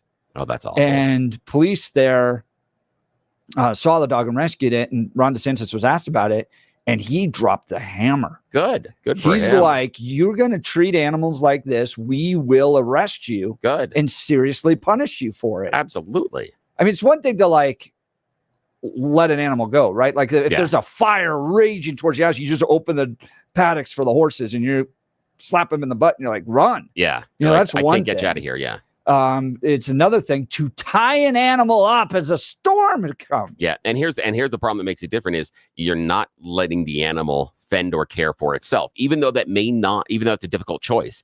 But here you're restricting the animal's ability to save itself and care for itself. Yes. It can't go find food.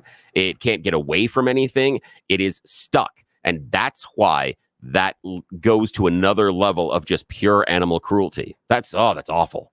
That's someone that deserves. I mean, I've been punched in the face recently. That's someone that needs to be punched in the face. So, I mean, Ron responding to that, Bill, what would you do with your snakes if you had to evacuate? Would you just toss them into a car and be like, we're going together? And would they get along, or do you have to keep them separate? This is the thing is, and this is because we have people that are evacuating. You go old school with them, and a lot of people do. Oh, I've got tubs and this, that. No. You know what you do? You put them each in an individual pillowcase. That's what you do. That's the easiest way to transport them. Really? You drop it and you tie a knot on the top because it's a small area. It's breathable. Yep, it's breathable. It can regulate itself based on temperature, and the snake can't see anything around it that seems like a threat. So they're fairly calm inside of it. Now, again, venomous snakes and things that are really they can be a little bit cranky, but most snakes will be super, super calm inside of a pillowcase. And so you just put them in there. Yeah. So you just do that, and then you stack the enclosures and you bring, the water bowls. But then when you stop, you can put them into one of the enclosures, not all together, and then allow them water. Water is the thing that snakes that'll hurt snakes the most first.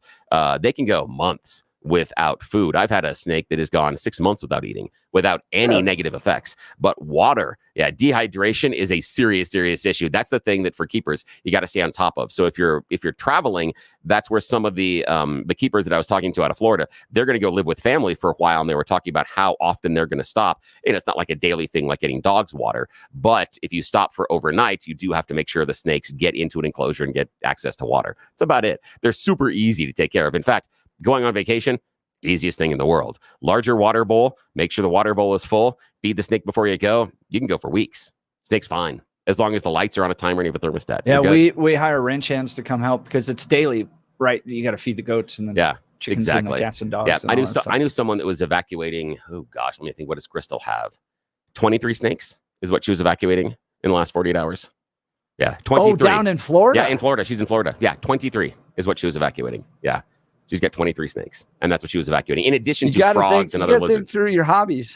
What could happen in a worst case scenario? Yeah. 23 snakes and pillowcases. Oh, yeah. And the amount, that's the other thing is the amount. There is someone that I know that's in a different part of Florida, but he actually has an entire warehouse. He's a huge level breeder, but he has an entire warehouse that is storm proofed because he goes, if something hits, he goes, I can't move all these snakes. There's nothing that can happen there. So, yeah. And in fact, he had posted on on social media the day before the storm hit. So now I guess it would be Tuesday or Monday. He was posting on all the extra generators that he has. He had a dozen generators in his shop. And he's like, listen, if my friends need them, if you need this, etc., let me know. I'll help you out. I can make sure you've got power, at least in the short term, which is kind of cool. Yeah. Text message from 1712. I like Ron DeSantis very much, but we'll be keeping an eye on J.D. Vance. I think he has extreme potential. And Jeff, thank you for bringing up about that poor little dog. Hard to believe anybody would do such an insane thing. Yeah, that is hard. And DeSantis is an interesting play because if he shows the right leadership and doesn't show up in his white rain boots, this is a positive for him. This can be that leadership moment that he comes out of and can wash away a lot of, and I pun intended, a lot of the other leftover stuff that has been hurting his campaign. So he's got a moment because, as Jeff and I were talking about, you are going to need a new Republican candidate in the next election cycle because Donald Trump can't run again.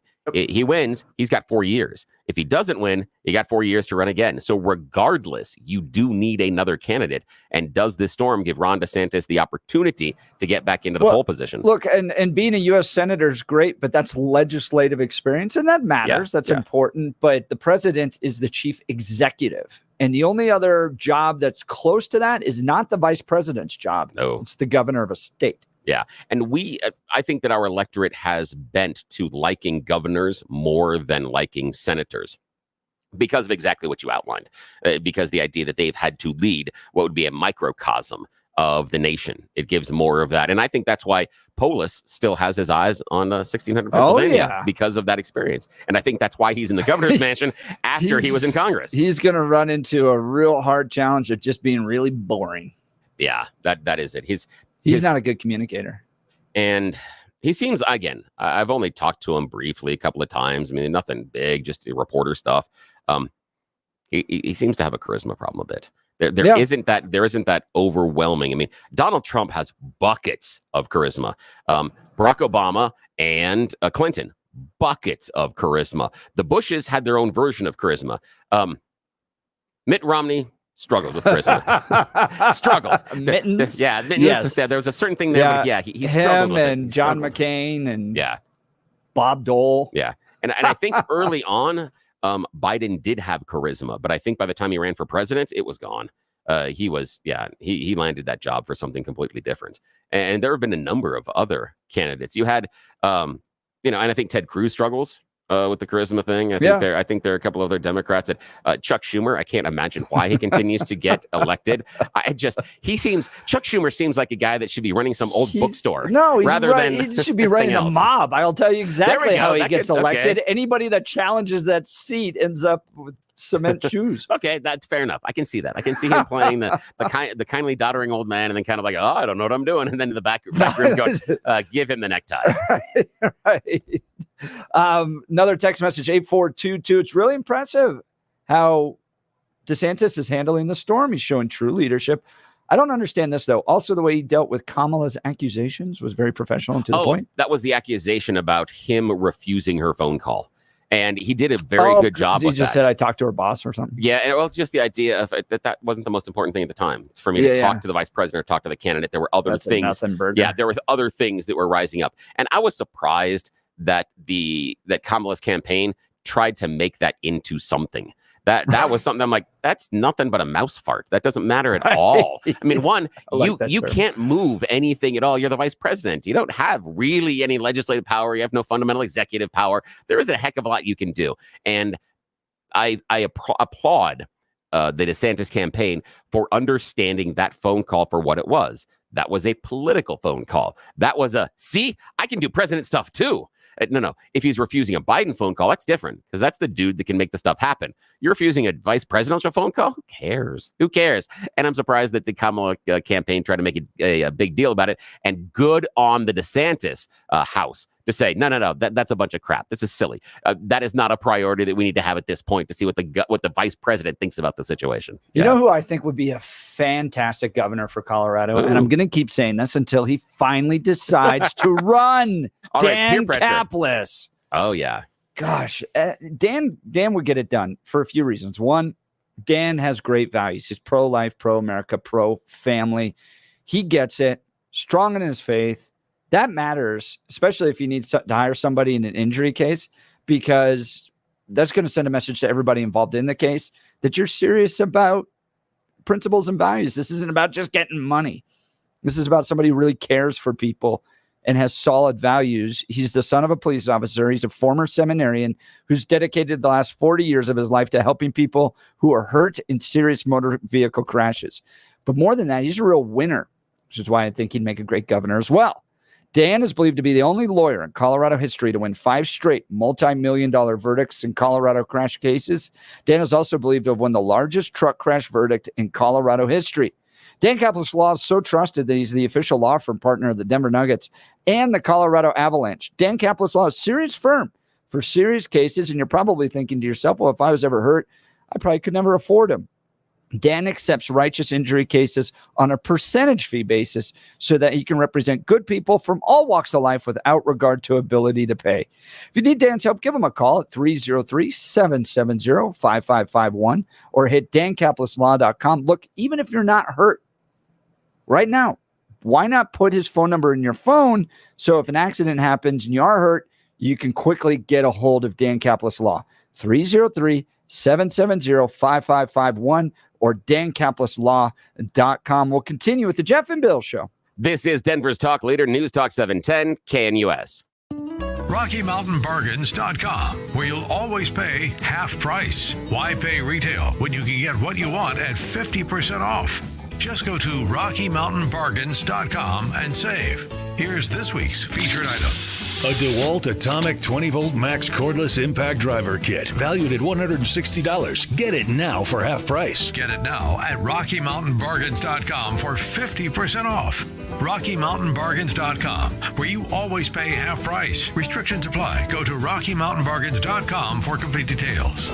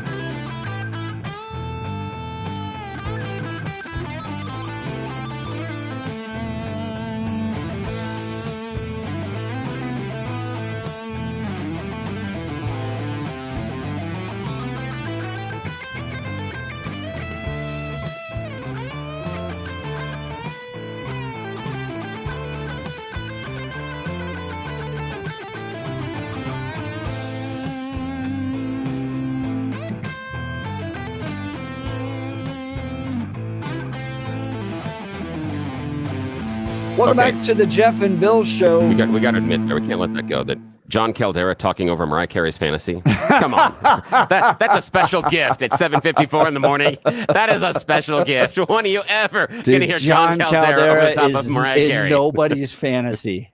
No, not at all. And again, and his delivery is hot as John Caldera. It's like behind him. I love that. I love the juxtaposition. It's fantastic. Oh, we love you, John. Oh, John is fantastic. Such a good guy and a great thinker. Welcome back to the Jeff and Bill Show. Coming up in the 8 o'clock hour, Will Trachman, General Counsel for Mountain States Legal Foundation, fresh from a battle at the U.S. Supreme Court over ghost gun issues and whether or not I think it's the ATF, is reading into law things that aren't there, you know?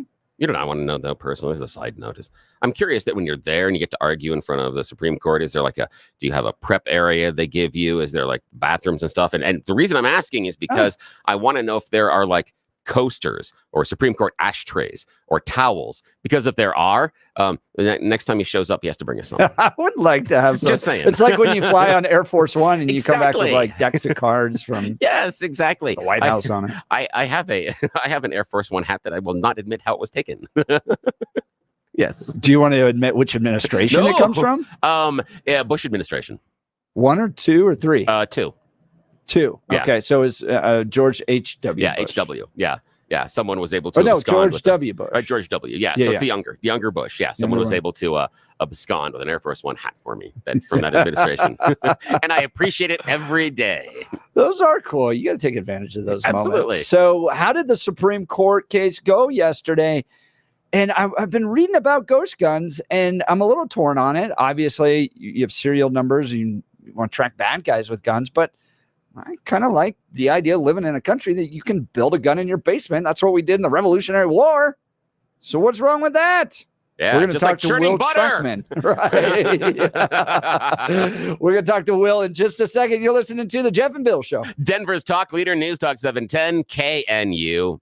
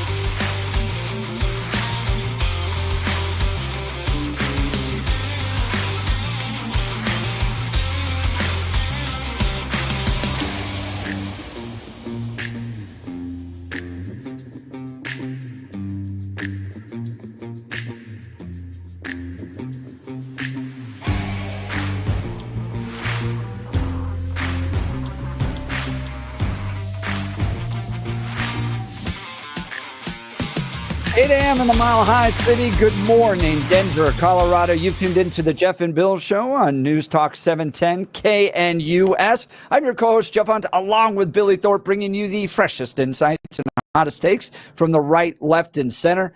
Congratulations. You're waking up and going to work in the greatest country in history, and we're gearing up for a whole nother hour of engaging discussions, critical analysis, but most importantly, your phone calls and texts, because this is where Denver's voice is heard loud and clear. So grab a cup of coffee, Denver, and let's dive into the issues that matter most to you right here, right now. Coming up after news and comment with Blake Olson, Will Trachman, General Counsel for Mountain States Legal Foundation, is going to be joining us fresh off of a U.S. Supreme Court battle royale that took place yesterday, or 2 days ago. Garland v. Vanderstook. Yeah, that's right. Vanderstock. This is the ghost gun ban. And ATF's interpretation of rules, and is it a reach, all that. And I'd love to have this conversation. Do you think that people in America should be able to build ghost guns? And that's not necessarily what the U.S. Supreme Court case is about, but there's a larger, broader issue there. And I'm a little torn on this because bad guys running around with guns, and I'd like to know how they got it, right? But at the same time, those patriots in the Revolutionary War did not have registration numbers on their guns going back to England to track them or anything like that. So I kind of like the idea of a free and independent people being able to build a gun in their basement if they want to. But I'd love to hear from you. Give us a call, 303-696-1971, or text us on the Dan Caplis Law text line, 720-819-5115. Let's check in first on news and comment with Blake Olson. Good morning, Blake. Hey, good morning, Jeff and Billy. Blake, 50. By the way, what do you think of my jersey? Oh, man. I'm having a hard time looking at that thing. I really am. Prime, man? Come on. Well, I mean, this goes back. I used to cover him when I was in Dallas, and I covered the Cowboys. So I would see Prime a lot. Yeah. So Dion is his name, to me. And he's unbelievable athlete, maybe one of the greatest athletes of all time. But it's just like 50-50 with me. He just contradicts a lot of things that he talks about and does. He just drives me up the wall, and that jersey is ridiculous. Football is the ultimate team sport. I don't need to see Prime's name on the front of it. I wore a CSU jersey. You didn't like that. I wore a CU Prime jersey. You are a a jersey diva, Blake. Look, the greatest CSU coach of all time, Sonny Lubick. I don't think CSU fans would be running around with the Sonny jersey on, with Sonny on the front and a number. I got to tell this. When Jeff walked in on it this morning and it said Prime across the jersey, I thought it was Logan Paul's energy drink. That's what I thought.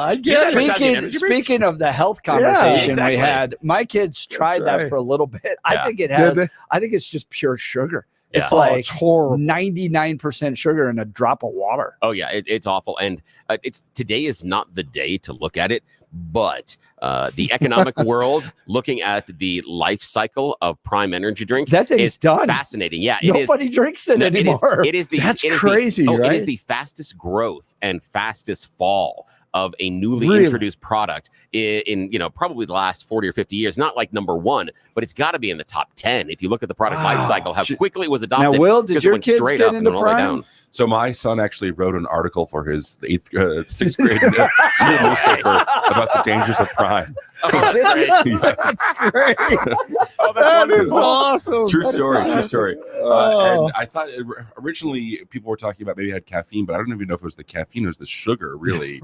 And I mean, the article was well read, so thank you to my son Turner for shining a light on that controversy. Make America healthy again, coming from Turner Trachman. Turner knew early on how bad that was. It was co-written with RFK Jr. I really appreciate it.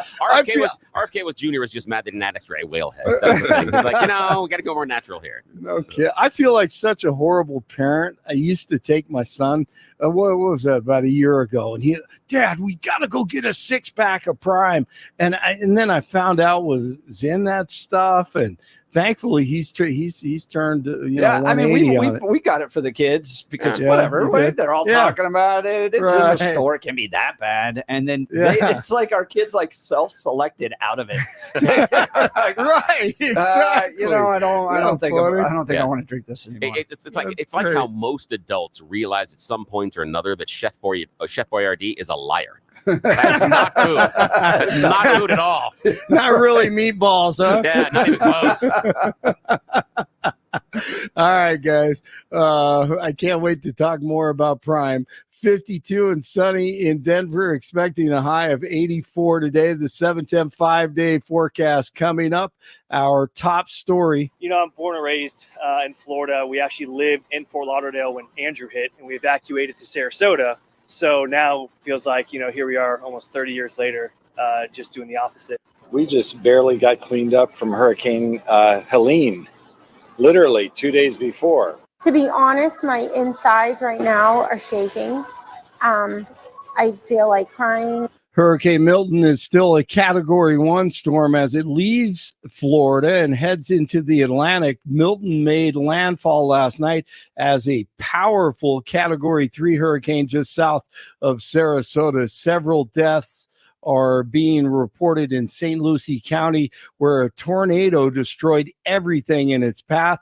Search and rescue teams are still going through the rubble, including a task force from Colorado. 80 members are there. Rory O'Neil from NBC Radio, he lives in Orlando, but he's in South Florida this morning. He joined Jeff and Bill last hour. Tornadoes, one of the big stories. In this case, though, this thing looked like it came out of Oklahoma, a few of them. And we really haven't seen tornadoes of this category before. And sadly, they caused multiple fatalities in places like Port St. Lucie. Now, that is on the Atlantic coast, not the Gulf Coast. It's on the Atlantic coast, north of West Palm Beach. And it wasn't really in the zone for getting the worst of Hurricane Milton. So I think they may have been caught off guard by these tornadoes. And that's just one of what we believe are 27 tornadoes that touched down in Florida yesterday. Our phones were blowing up all day. 126 tornado warnings across the state. That was a record high number.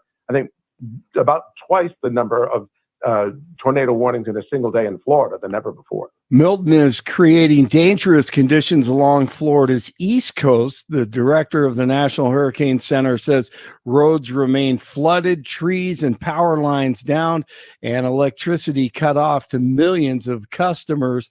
Almost as many lives can be lost in the wake of a hurricane as they are during the height of the storm.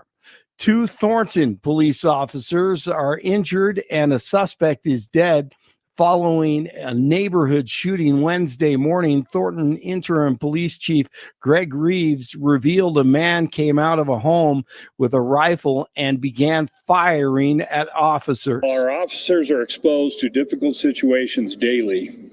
Today, we were far too close to losing one of our own officers. Officers were called after reports of popping sounds inside a home. They arrived and surrounded the location before the exchange began. 2 officers were injured by either gunfire or shrapnel and are in stable condition. Officials believe that the suspect was hit by returning fire and fled into the home, where he was later confirmed dead. One neighbor, Missy Kramer, says the home where the shooting happened was right across from her house. It's surreal. It's a quiet neighborhood. It's unbelievable. I just couldn't believe that it was happening in my neighborhood. I couldn't.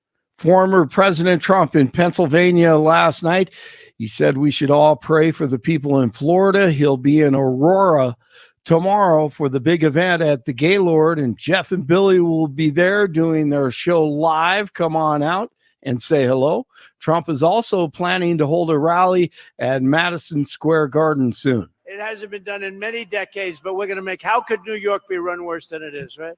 With all the problem, everything is corrupt in New York, and we're going to make a play, and let's see. I mean, I think that, the migrants have taken over Madison Avenue. They've taken over Fifth Avenue. They've taken over the parks.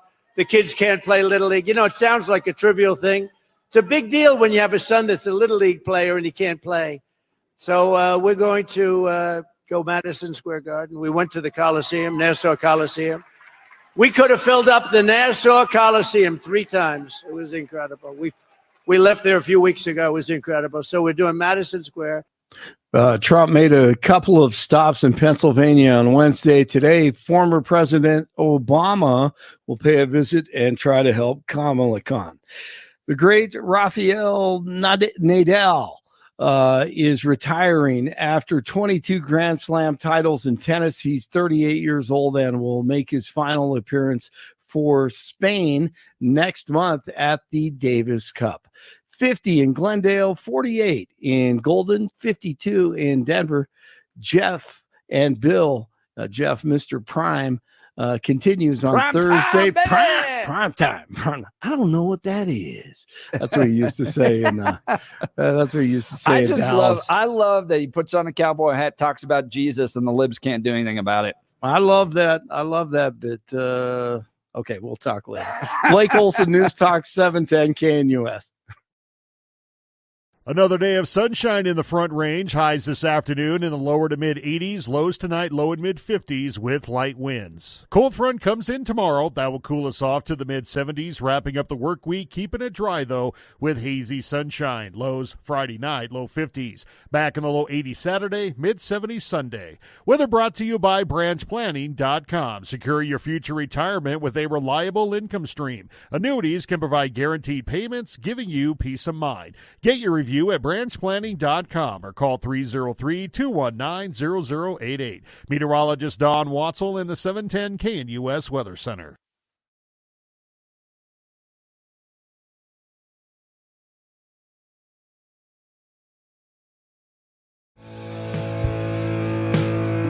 Rocky Mountain Bargain. So those that saunter on up to a courtroom and make sure that all of our lives are a little freer. And that's what Mountain States Legal Foundation does. No one better than Will Trachman, General Counsel for Mountain States Legal Foundation, fresh off a plane from Washington, D.C. before the U.S. Supreme Court, arguing a big case there. Will, give our folks some insight here. Yeah, great to be here, Jeff. So Vanderstock, this is a case where our client is actually the respondent. The person who brought the case to the Supreme Court is Attorney General Merrick Garland, because we've already won the case at the trial court level and the appellate court level. So they had to seek review by the U.S. Supreme Court. And for 250 years, Americans have had the right to build their firearms at home. You don't have to be a federally licensed firearms dealer in order to do that. You can just build the firearm. You don't need all the background checks that have to go through a commercial purchase. And so for 50 years after the Gun Control Act was passed in 1968, the ATF agreed that that's perfectly legal. You can buy a kit full of parts and build your own firearm at home. And there's nothing wrong with that. In 2022, the Biden-Harris administration decided to change course, and the ATF reinterpreted its own authority to define what a firearm is. And so the ATF defined a firearm to include parts kits like these. Our client, Jennifer Vanderstock, former law enforcement, very good citizen, very patriotic, all of a sudden would become a criminal based on this regulation. So this is not just, a typical ban. This is a criminal statute that would put someone who has one of these parts kits in jail for something that was perfectly legal for 50 years. And this wasn't passed as a law through Congress. This was just a rule interpretation by the Biden administration via the ATF? That's right. In fact, we were able to marshal many of the briefs that the ATF had filed before the Biden-Harris administration, saying just because you can build something from a parts kit doesn't make it the thing itself. And Justice Alito, during oral argument, really did a good job by having in one hand a pen and another hand a notepad and saying, is this a grocery list? Just because I can create something from these two things, does that make it the thing itself that the ATF can regulate? So here you really do have a unilateral reinterpretation of authority by a federal executive branch agency because Biden-Harris had the stroke of a pen to do that. No, the response, I think, was, well, if you buy an omelet kit, Aren't you building omelets? Isn't that the purpose of the kit? What's your response to that? I didn't think that was a very good example. So Justice Alito did a very good job saying, if I have some eggs and some ham and some onions and some peppers, is that a Western omelet, right? Because all I'm doing is putting things on the counter that the ingredients. And Justice Barrett, although somewhat concerningly, she asked this question: what if it's HelloFresh, which is one of these, I guess, home delivery services where they give you all the things in a bag? Only people in DC would know that. Yeah, exactly. So it's very first world type question.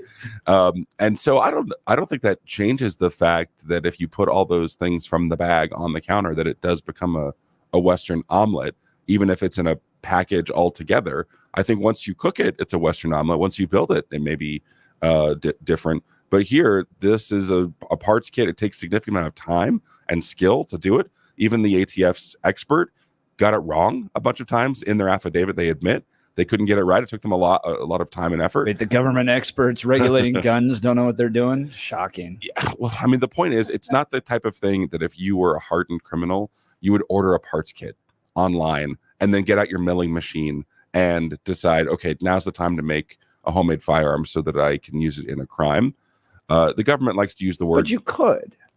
So you could, and if you did, that would be totally illegal. But the other crime would be illegal. Yeah, of course. Not the making of the gun. I mean, our point on the merits is, look, a criminal is much more likely to steal a gun or have an illegally trafficked gun than spend the time to build a gun or use a gun that's homemade, because they're not as reliable as a commercial gun. And so if they really wanted to use a gun in a crime, they would use one that's commercially manufactured.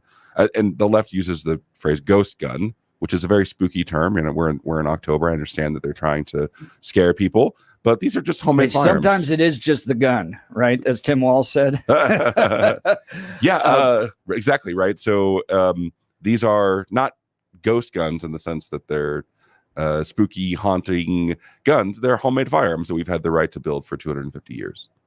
Talking with Will Trachman, he's general counsel for Mountain States Legal Foundation on a Supreme Court case yesterday that has to do with ghost guns. I'm just going to say ghost guns because it's generally how it's understood in the media. But look, couldn't Congress just write a law saying we don't like the fact that you can build a ghost gun? We want the ATF to be able to regulate this, so go do it.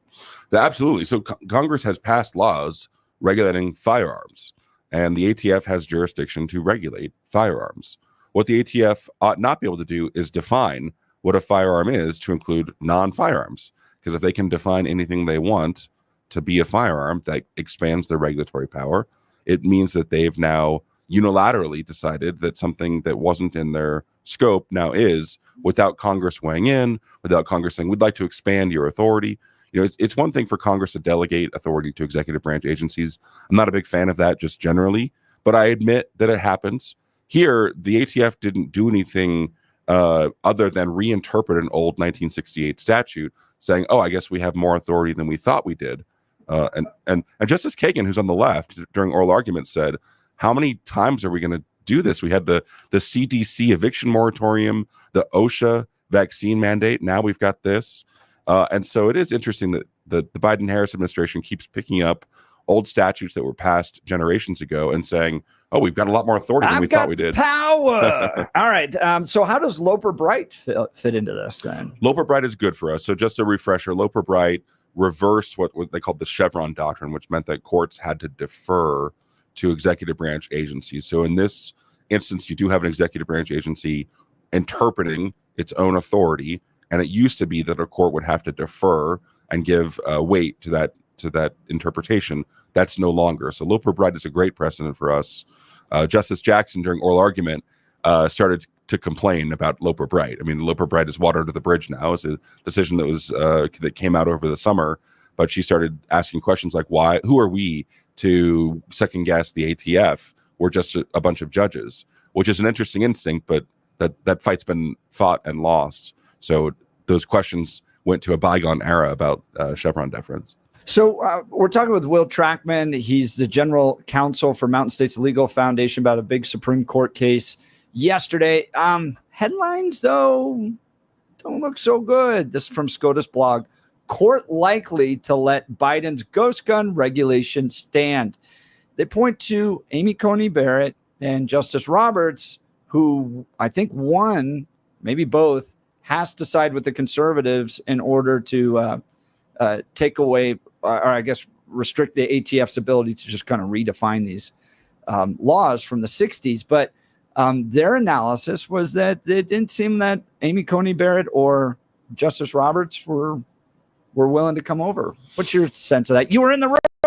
Right. So there's a famous quote that says the most important constitutional legal principle is that you need 5 votes, which is not really a constitutional legal principle, but that's how you do it. You count to 5, and reading oral argument questions is like reading tea leaves. You can't do it. There are any number of cases in my career where I've come out of oral argument saying, "Oh, the justices were really hostile to one side or the other," and then the ruling comes out and it's the other way. So they could take a role of, and I do this sometimes, Bill, and you take an argument that you don't necessarily agree with because you want to poke and prod at your own assumptions or something. That's like my thing. That's like what I do here. Justice Thorpe. Exactly. Yeah. When my wife says, not doing a good job, I'm like, I was just playing devil's advocate. So, so my example with Justice Kagan asking what looks like a question that's good for us. You're absolutely right. That might have been an opportunity to give her advocate a chance to respond to that, to persuade the other judges on the court. So it is possible that people ask questions to put their own advocates to put their feet to the fire. So anything can happen. It is true we would likely need either Justice Kavanaugh or Justice Barrett or Chief Justice Roberts as well. All those individuals asked questions that maybe indicated some uncertainty about the issue, but they have been very good on administrative law issues. So because that's what it comes down to, right? Yeah. Like you're not arguing that. Well, I mean, you are arguing that making ghost guns is a constitutional right, but really the crux of the case is whether or not the ATF can take a rule from 1968 and go, "I've got the power," and just expand it without Congress weighing in. That's right. And to be honest, this isn't actually a Second Amendment case. This is an administrative law case, which sounds a little bit boring. But the idea is, yes, who decides? Is it Congress, or is it the agency that says, I've got way more power than I ever knew I had, and now I'm going to exercise it after 50 years of not exercising it? And like I said, they've been very good in administrative law. The bump stock case that just came down a few months ago, that oral argument I didn't think went all that great for the bump stock proponents, and they won 6-3. So anything can happen. And here we've got a situation where I think the Supreme Court at least is going to have a hard time writing an opinion against us. So let's talk about ghost guns. We have a gun epidemic. I know it's an administrative law case, but let's talk a little bit about the Second Amendment. Mountain States Legal Foundation supports the Second Amendment. I do too. And in the spirit of taking arguments on the other side that sometimes our Supreme Court justices may do, we have a gun epidemic in this country. We have a violence epidemic in this country. Should people be allowed to build a gun in their basement, free of regulations from serial numbers and things like that, background checks? Well, so if you think we still have an epidemic, obviously the last 2 years of this regulation that's been in effect have not made a difference. I don't remember things in 2022 before this regulation was enacted being worse in any substantive way. So I don't think that what you call ghost guns, what I'll call homemade firearms, is really interacting much with the crime problem or the gun problem, even stipulating the background facts of what you're saying. But in the question of whether we have a gun epidemic, we have a need for self-defense. And so if people are armed and people have the ability to defend themselves, that's a good thing. The fact that we have millions of guns in this country means that we have a lot of people who are capable of defending themselves. Now, obviously, we have mental health issues in our society that are leading to some of the tragedies that we've seen lately. And those need to be absolutely addressed. And we need to have a situation where people who go into a school or go into a public place know that other people are armed so that they are deterred from doing that. But that doesn't interact, I don't think, with this case, which is about the time-honored tradition of building your own firearm in your basement with a milling machine, drilling the holes. Those are just not the hallmarks of criminals to do all those What things. would be wrong with adding a serial number or requiring a background check for someone that wants to buy a gun kit? So I always say you fight on the margins so that you're not fighting in the center of the battlefield. There are plenty of people who say, why won't you at least give me this on gun regulation? It's just a reasonable thing to restrict people's rights here. And the problem is that those are slippery slopes. Those are ways of building momentum for the bigger fight. We've already seen cities that would ban entirely guns. I mean, the case that was first decided in this area 15 years ago, Heller, was about a handgun ban in Washington, D.C. So I have no doubt of what their ultimate goals are. And if they want to make incremental steps in order to get there, that's what they're going to do. And so you have to fight even the increments in addition to the big battle. Will Trachman, General Counsel for Mountain States Legal Foundation, help me square that circle. How do serial numbers on a gun kit get us to the idea of the ban? And even then, not just even on the kit itself, but even on the individual parts. What would be the pushback for having the serial numbers on those parts themselves? So a lot of this is about history. And I understand, because we've been conditioned to hear all these arguments about quote unquote reasonable gun regulations, that we need to tolerate certain changes in gun laws. But again, this was the way of the world between 1968 and 2022. And we didn't see a rash of crime based on homemade firearm kit builders committing crimes. It's much more likely, if you're a criminal, that you're going to get a gun from somewhere other than this place. And so they tend not to be that smart to begin with. And they tend not to have milling machines. And, you know, the Solicitor General in her rebuttal argument said, if you don't vote for me, every gun's going to become a ghost gun. And that's just empirically disproven. I mean, that wasn't what the state of the country was in 2022. But to Bill's point, I get it. I understand that people say, why not this reasonable thing? Can't you agree with me on that? And the point is, in our history, we didn't have to do that, and we have to defend every inch of that right. Well, and you could, but you could. But I want to explore that for a second. I want to explore the harm. You could, but I want to explore the harm. As far as inside of putting the serial numbers on the kits themselves. We know that the most recent assassination attempt for Donald Trump, he had ground down the serial number off of the weapon that he was using. That is also something that criminals do often. They take the guns illegally and then they grind down the serial numbers. Seems to me that the absence of a serial number is more or less the purview of someone who's a criminal. I'm not saying someone that's going to have a gun kit is going to be a criminal, but I'm curious about the harm related to serializing the pieces. Where is the harm created from that action? So just to be clear, the ATF can only do this if the underlying thing that we're talking about is a firearm. So to Jeff's point, this is about who decides.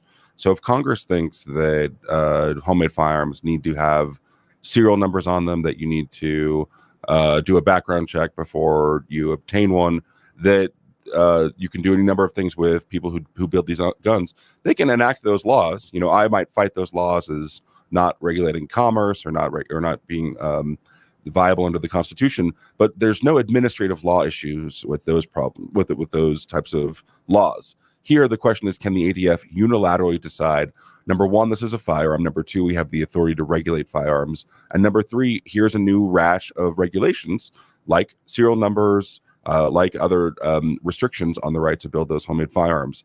So it's less about the harm that would come from any one thing and more about the dangerousness of giving an unelected bureaucracy the power to restrict our rights. Yeah, but if Congress came forward and did that, you admitted that you would fight against it. And what I still don't hear in the answer is the direct harm. How does putting a serial number on portions or pieces of a gun kit impact my Second Amendment rights negatively? It doesn't seem to restrict them in any way, shape, or form. I still can have the kit. I still can build it in my home. I accomplish everything you claim as a positive, but what I don't hear is the direct negative harm of putting numbers on the pieces. What's the harm? But that's what people say about not having an AR-15. Why do you need so many bullets? Why do you need so many rounds? You could get just as much self-defense from a handgun. I disagree with that. That's a continuum argument. I'm talking about direct harm from putting numbers on the kit. How is my Second Amendment rights infringed by having those numbers on the kit? We can talk about Second Amendment rights and based on number of bullets and everything else, and I concede that point absolutely. But I'm looking for why numbers on the pieces are infringing on someone's Second Amendment right. But you say the word continuum, and I'm using the word slippery slope. So we're talking about the same thing. If you empower the ATF to start ordering people to do things, and you say that is a thing that doesn't have any harm to it, so I'm okay with it, I'm comfortable with it, that would be a problem. Now, in terms of the congressional, well, yeah, we don't want to give executive branch agencies unchecked authority even to do things that we might think are good. But if Congress passed the law, then you'd be okay with it? Because that wouldn't be executive, that would be right, so legislative. If Congress passed the law, this entire case would go away because this is an administrative law case. But it would just be a different case. Well, there might be a different case about whether Congress is able to regulate the serial number because Congress has limited enumerated authority. Now, Colorado... I was going to ask about states. Could a state do that? Yeah. Yeah, a state could absolutely impose its own or make efforts to impose its own rules on these types of guns. They aren't bound by the Commerce Clause, and they don't have the same administrative law headaches that the ATF ought to have. Now, we would, again, be very skeptical about saying, oh, the state has the power to regulate our Second Amendment rights. But there, at least, the issues in this case wouldn't be as prominent. Talking with Will Trachman. He's general counsel for Mountain States Legal Foundation. We're talking about Garland v. Vanderstock, which was argued just this week at the U.S. Supreme Court. We'll continue our conversation. I want to talk to you a little bit about QC Kinetics. You don't have to keep living with that joint pain. Real lasting relief is possible with help from QC Kinetics. People here are getting their lives back, getting their mobility back, thanks to QC Kinetics. Joel in our office here was telling me the other day he's never played so much golf in his life, thanks to QC Kinetics. QC Kinetics is the nation's leader in cellular therapies that can revitalize your joints. I'm talking about advanced regenerative medicine, using your own body's healing properties, highly concentrated and carefully placed in your achy joints. Back pain, shoulder pain, knee pain, these are cutting-edge treatments that require no surgery, no drugs, and no downtime. It's a quick in-office procedure that can get you moving again. These protocols have been developed by medical professionals under the leadership of Dr. Mitchell Scheinkup, a former orthopedic surgeon and a pioneer in clinical regenerative medicine. Listen, is arthritic joint pain keeping you from doing the things you love? Pain in your knees, hips, back, or shoulder? You owe it to yourself to learn more. Call QC Kinetics today for a free consultation. 303-900-8986, 303-900-8986, or QCkinetics.com, with locations in Aurora, Superior, Highlands Ranch, and Colorado Springs. We'll continue with the Jeff and Bill Show and Will Trachman. Denver's talk leader, News Talk 710, KNUS. At this hour, I'm Christina Wyo in Dallas, and here are your top stories. Hurricane Milton is the second in a 1-2 punch that hit the Sunshine State in a matter of weeks after Helene ripped through, causing billions of dollars of damage in several southeastern states. Now, according to analysts, the damage left behind by Milton could cost $60 to $100 billion in insurance losses, adding to the issue of high insurance prices or insurers who refuse to pay claims. Martin Weiss, founder of the independent Weiss ratings analysis firm, said, quote, "These are additional risks that, based on the fundamental principles of insurance, should not be present. Your insurance company," he said, "is supposed to be your backup plan. Plus, people in Florida could also be on the hook for more charges if the state-run insurer runs out of money to pay claims." Russia's experimental oral drug for breast cancer could enter a market worth at least $12 billion a year if it clears 2 key trials on early treatment of the disease, according to the Swiss drug maker's CEO. The pill belongs to a class known to fight tumors that grow in response to estrogen, which are estimated to account for up to 80% of all breast cancer cases. The market opportunity has also attracted rivals AstraZeneca and Sanofi, but Sanofi stopped working on it back in 2022 after 2 trials failed. The results from 2 trials are expected in 2025 and 2026. That's what you need to know at this hour. In Dallas, Christina Wyo, Salem News Channel. RockyMountainBargains.com, where you'll always pay half price. Why pay retail when you can get what you want at 50% off? Just go to RockyMountainBargains.com and save. Here's this week's featured item. A DeWalt Atomic 20-volt max cordless impact driver kit, valued at $160. Get it now for half price. Get it now at RockyMountainBargains.com for 50% off. RockyMountainBargains.com, where you always pay half price. Restrictions apply. Go to RockyMountainBargains.com for complete details.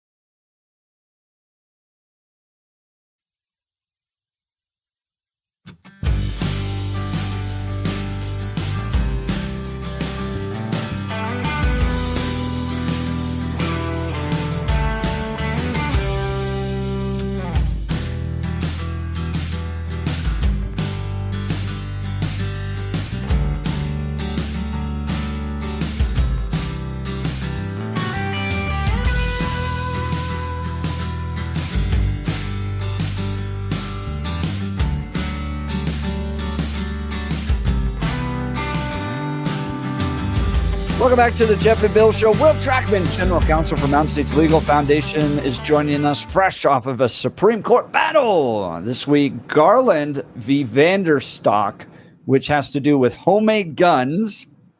I didn't even realize I was adopting the nomenclature of the left. Yeah, But apparently ghost guns is the nomenclature of the left. Huh? When you go to Subway and you order a fresh value meal, you're just buying into their rhetoric. You have to just order a sandwich. Right. You guys also have a very interesting case, and in light of the disasters taking place, it's definitely timely.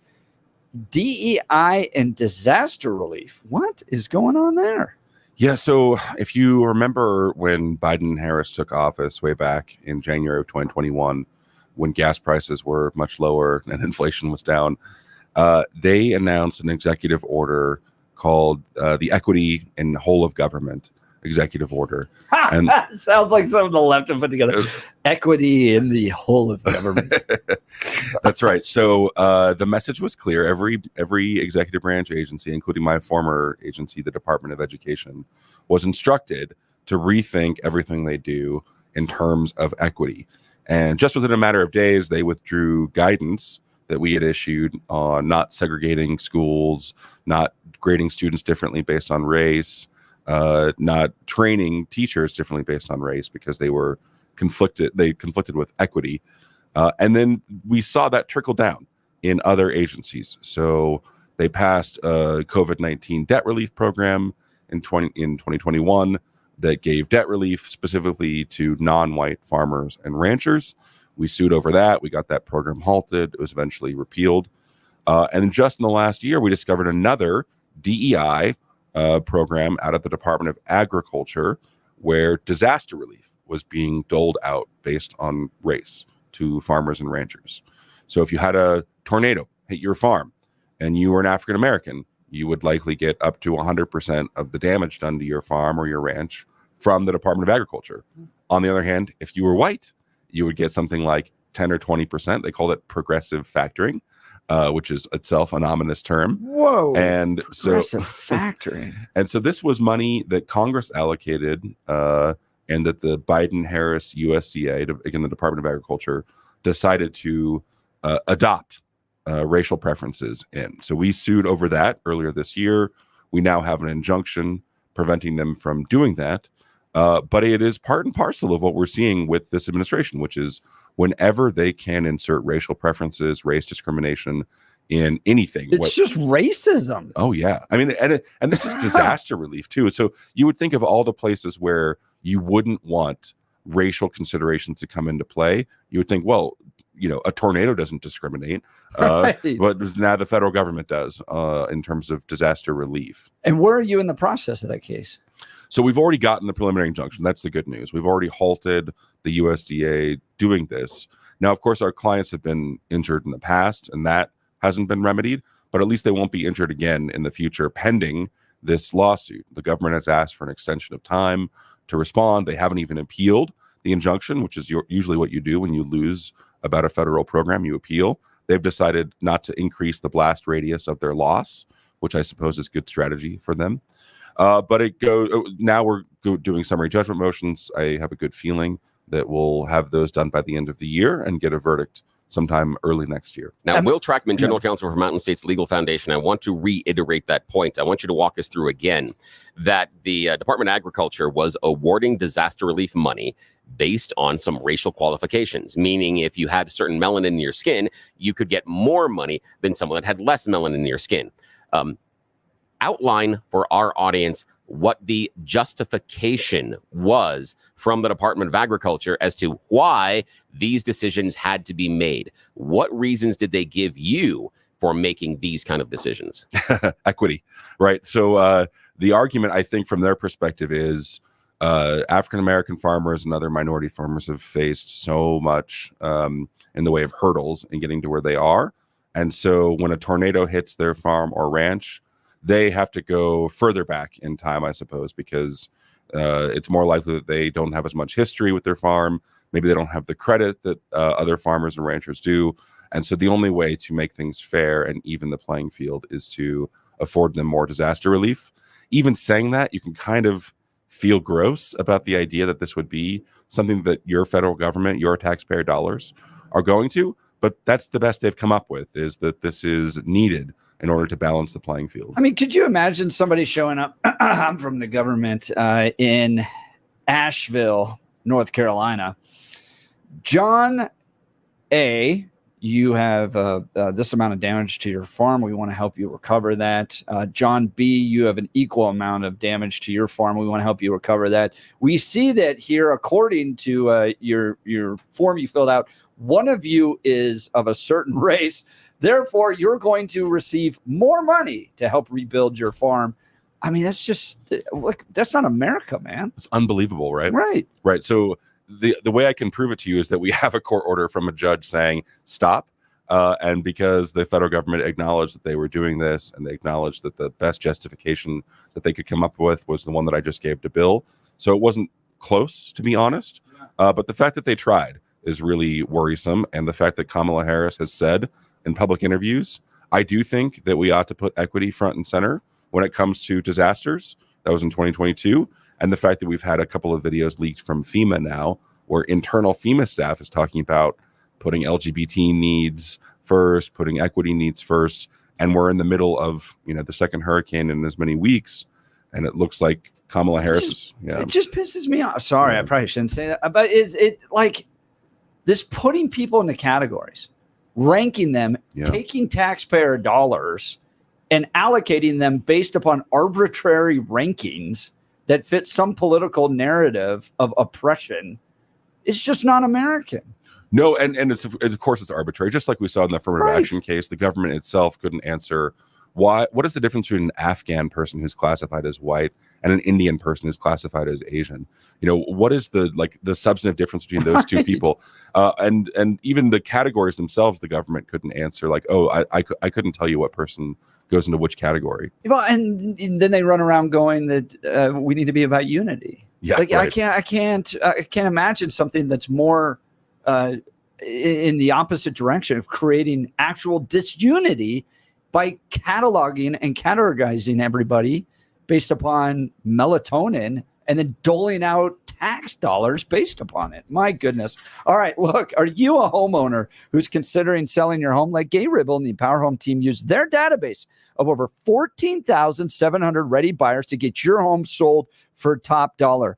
Many real estate agents make promises, but very few have the proof to back it up. The Empower Home team has review after review from families they have served that back up what they say.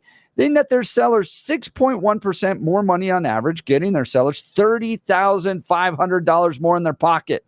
No matter who wins the election, no matter what kind of market we're in, the Empower Home team brings both experience and track record to help you navigate your home sale and get you top dollar. If your home doesn't sell, listen to this. Gay Ribble will actually buy it.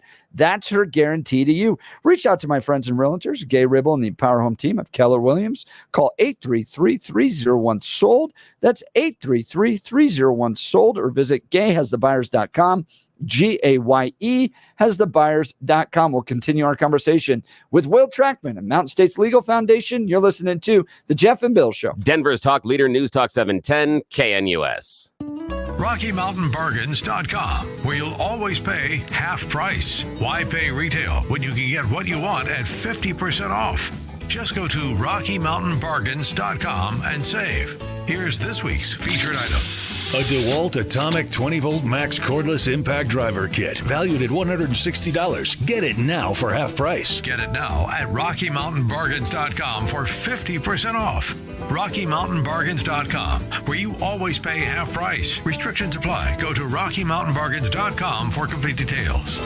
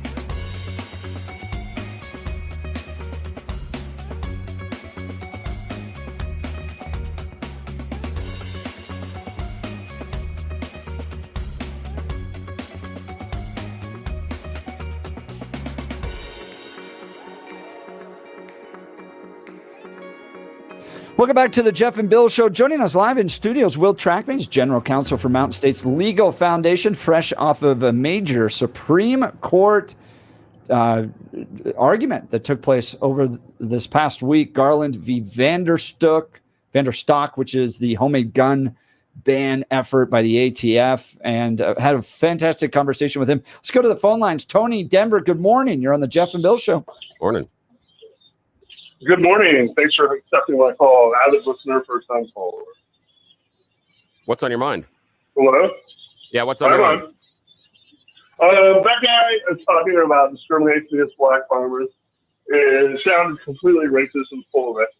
There's traditionally been a very big discrimination against black farmers in terms of the aid they get, given that the aid comes in the form of state block grants. And it's been found over the years through several lawsuits by NAACP and other sources that black farmers get discriminated. Yeah, Tony, it's a little hard to hear it, but I think I'm going to translate.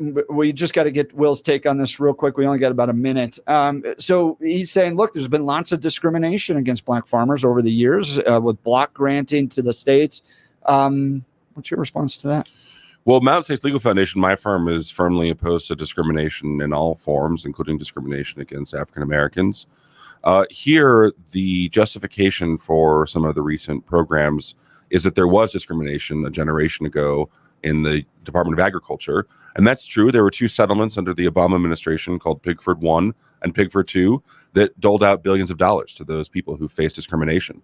But more recently, Raphael Warnock from Georgia and Cory Booker from New Jersey have said it's not just about the discrimination that happened, it's about the disproportion of benefits that go out the door. So under the Trump COVID-19 relief programs, something like 95% of that relief went to white farmers and ranchers. But that's because 95% of farmers and ranchers are white. So it shouldn't be too surprising when a number like that gets thrown around. That doesn't mean that you start intentionally discriminating against whites and saying we are going to use what they call progressive factoring to discriminate against whites and discriminate in favor of other racial categories. Just generally, our firm is in favor of neutrality, racial neutrality. If you can give out disaster relief, that's fine. It just has to be neutral across the board without regard to race. Will Trachman, General Counsel for Mountain States Legal Foundation, an absolutely wonderful organization defending your constitutional rights. You can learn more about them by visiting mslegal.org. We'll continue the Jeff and Bill Show. Denver's talk leader, News Talk 710 KNUS. Gonna go see Trump tomorrow? We are.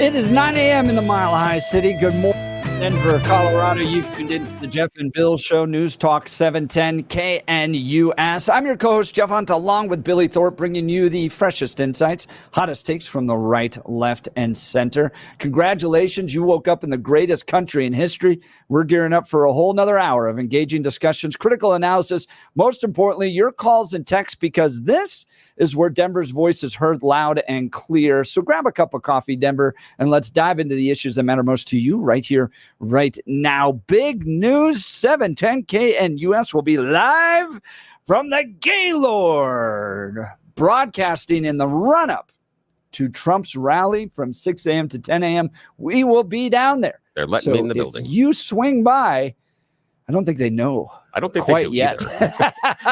That's why I'm assuming that at some portion of the broadcast tomorrow morning, I'm going to be escorted from the facility. Out, Yes. right? So again, you got to Do you tune in remember or the show old up. DJ Jazzy Jeff getting tossed out on the Fresh Prince of Bel-Air? Exactly. That's exactly it. So got to make sure to spend time with us this morning because again, start your betting over under. When is Bill going to get escorted from the premises? Mm-hmm. Yeah. That's going to be important tomorrow on your bingo card. Well, it's going to be a ton of fun down there. These rallies are always a good time. You're with some of Colorado's finest people. They love this country. They love their families. They want to defend our constitutional rights. They stand for the national anthem.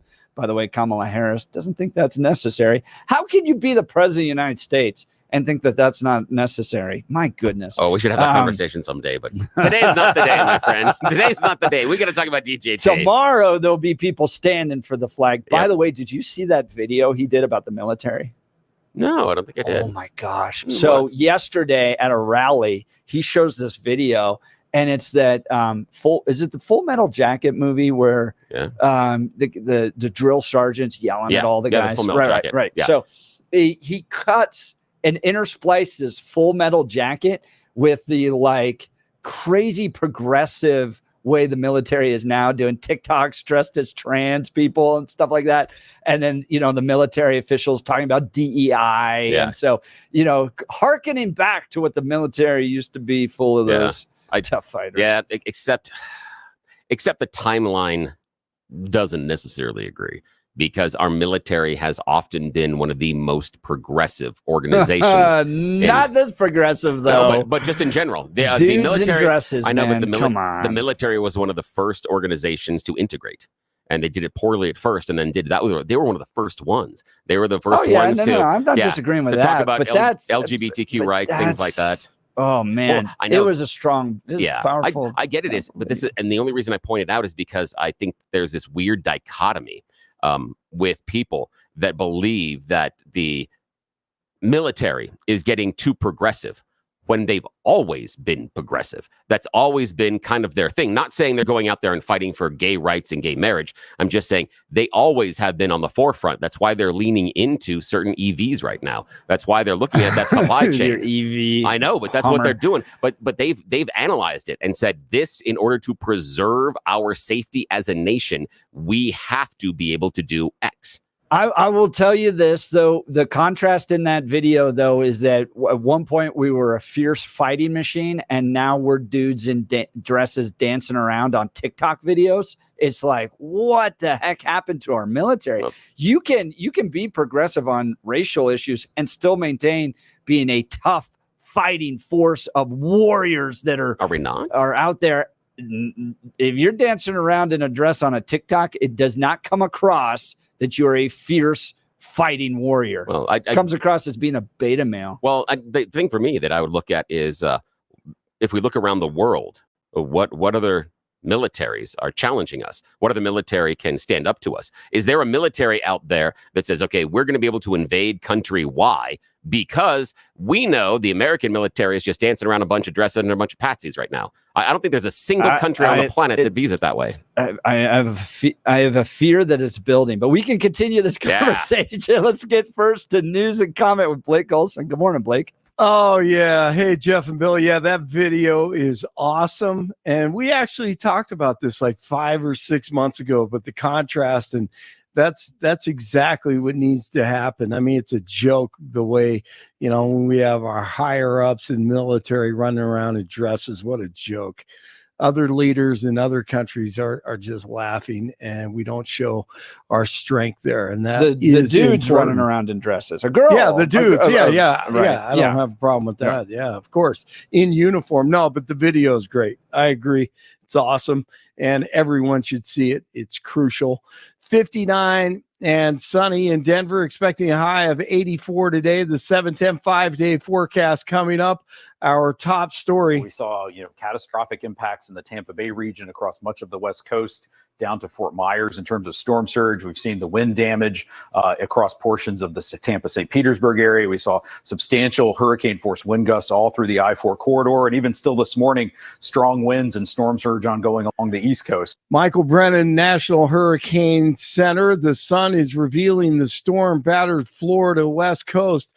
Milton made landfall last night as a powerful Category 3 hurricane just south of Sarasota, leaving at least 4 dead and millions without power. Search and rescue teams, including an 80-member team from Colorado, are going through the rubble. Rory O'Neil from NBC News. He lives in Orlando, but reporting from South Florida today. On with Jeff and Billy this morning. The storm had winds upwards of 180 miles per hour, off the chart Cat 5 stuff, gusts over 200 miles an hour. That's the sort of stuff we associate with typhoons in the Pacific hitting Japan, not in the Gulf of Mexico. So bizarre to see this powerful storm. And when I told you 180, over 200, Cat 5, that's going to make any old Floridian, who I don't care how many storms he's been through, they're going to get out. And that's why we saw so many people evacuate ahead of this.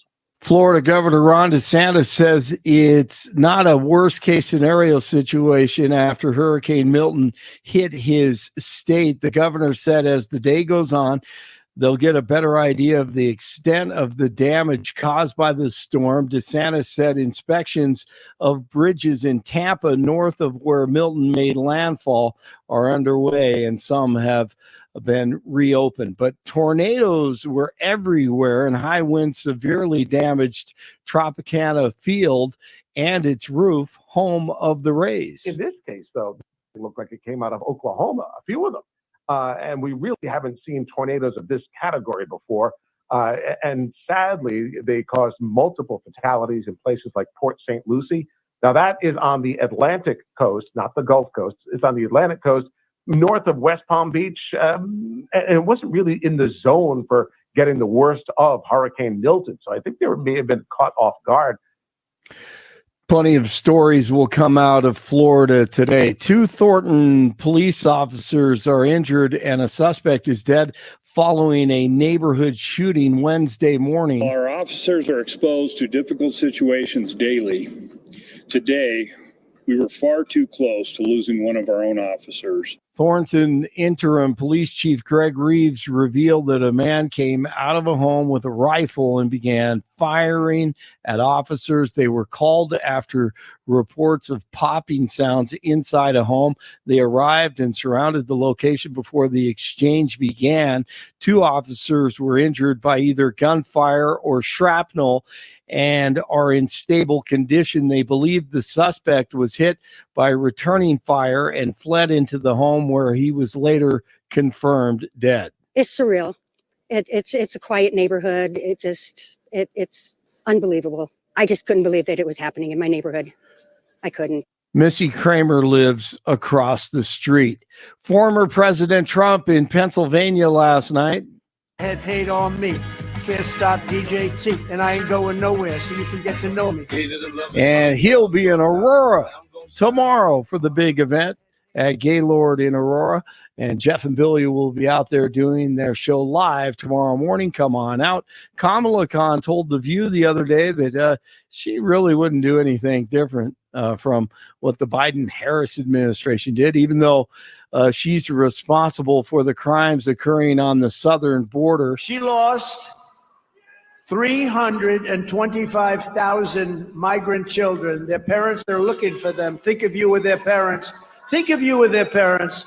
325 due to incompetence, due to the fact that she had the worst border, due to the fact she let our great people not run the border. She got rid of all the things that we were doing. We had the safest border. We went from the safest to the worst. Those children are now dead, in slavery, or just plain missing. Probably most of them will never be found again. Think of that. 325,000 because of their incompetence. There's reportedly another investigation going on into New York City Mayor Eric Adams's administration. Sources tell the New York Times the Manhattan District Attorney's Office is looking into the city's real estate leasing deals with commercial properties. Once again, he spoke out too much, and they're going after him. The great Rafael Nadal is retiring after 22 Grand Slam titles in tennis. He's 38 years old. And you know what? I've always been hot and cold on primetime. Deion Sanders, just for Jeff this morning, since he's wearing the prime jersey. I'm hot on this one. This week, I agree with Deion on this one. Whatever you want in life, you're going to have to sacrifice something. If you want a lot, you're going to sacrifice a lot. It's not you sacrifice a little and you get a lot. It don't work like that. Life don't work like that. Life is pretty much consistent tremendously. And football has no feelings or emotions for you. So what you put in, normally you get out. Boy, I agree with that one. They take on 18th ranked Kansas State on Saturday. Both teams 4-1. That's going to be a great game. Saturday night. CU, CSU, they're all looking good. How's UNC looking?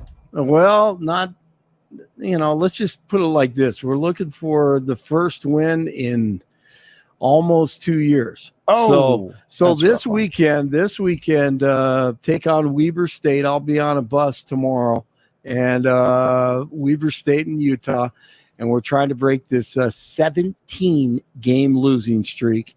Coach Lamb is doing a great job trying to turn this program around. You have to go through it, playing a lot of young players. They're lifting, they're bigger, stronger, faster, and one day they will win. And I just pray it's this weekend against Weber. But the problem is Weber State beat Montana last weekend, and they are a very good FCS team. So we'll see if we can turn around. There you go. All right. Now you have it. 57 in Aurora. I love Prime, by the way. 58 in Littleton. You are hot and cold on him. Yeah, I am, man. I am so hot and cold on that dude. 59 in Denver. Jeff and Billy continue Thursday morning. Blake Olson, News Talk 710 KNUS. Another day of sunshine in the Front Range. Highs this afternoon in the lower to mid 80s. Lows tonight, low and mid 50s with light winds. Cold front comes in tomorrow. That will cool us off to the mid 70s. Wrapping up the work week, keeping it dry though with hazy sunshine. Lows Friday night, low 50s. Back in the low 80s Saturday, mid 70s Sunday. Weather brought to you by branchplanning.com. Secure your future retirement with a reliable income stream. Annuities can provide guaranteed payments, giving you peace of mind. Get your review at branchplanning.com or call 303-219-0088. Meteorologist Don Watzel in the 710 KNUS Weather Center.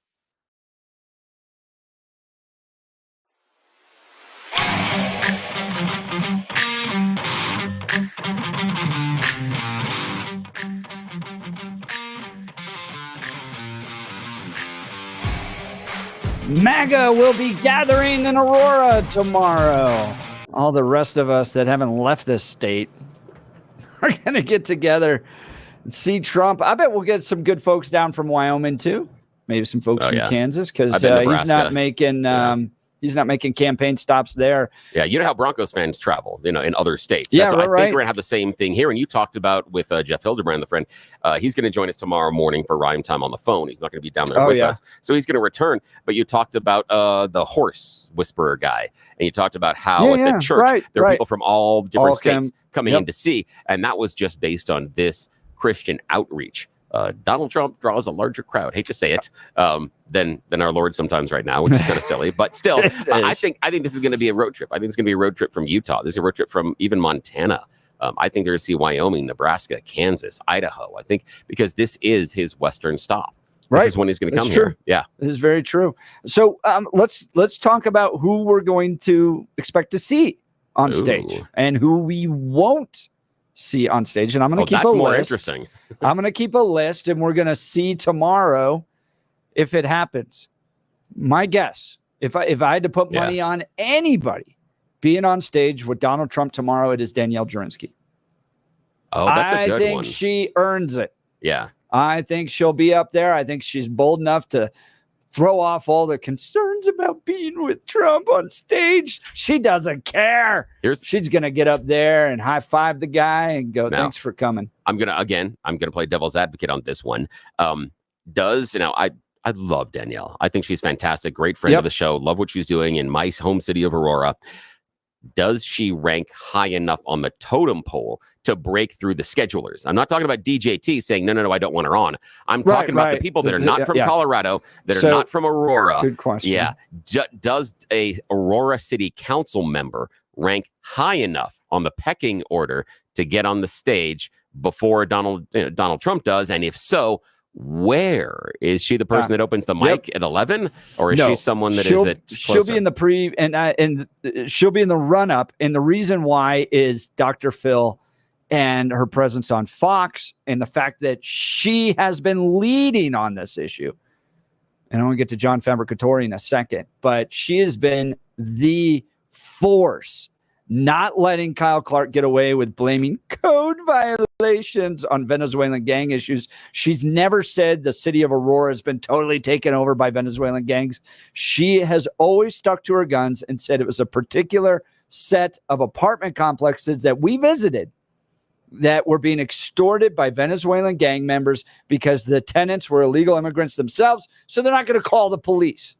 That's what happened. She refused to back down, even when Jared Polis said it's a feature of her imagination. She stood strong on this. She is going to be one of the key run-ups, and the people of Aurora are going to celebrate her, and she deserves it. So I think she'll be on there. I think Lauren Boebert will be in there. It's close to her congressional district, if not in it.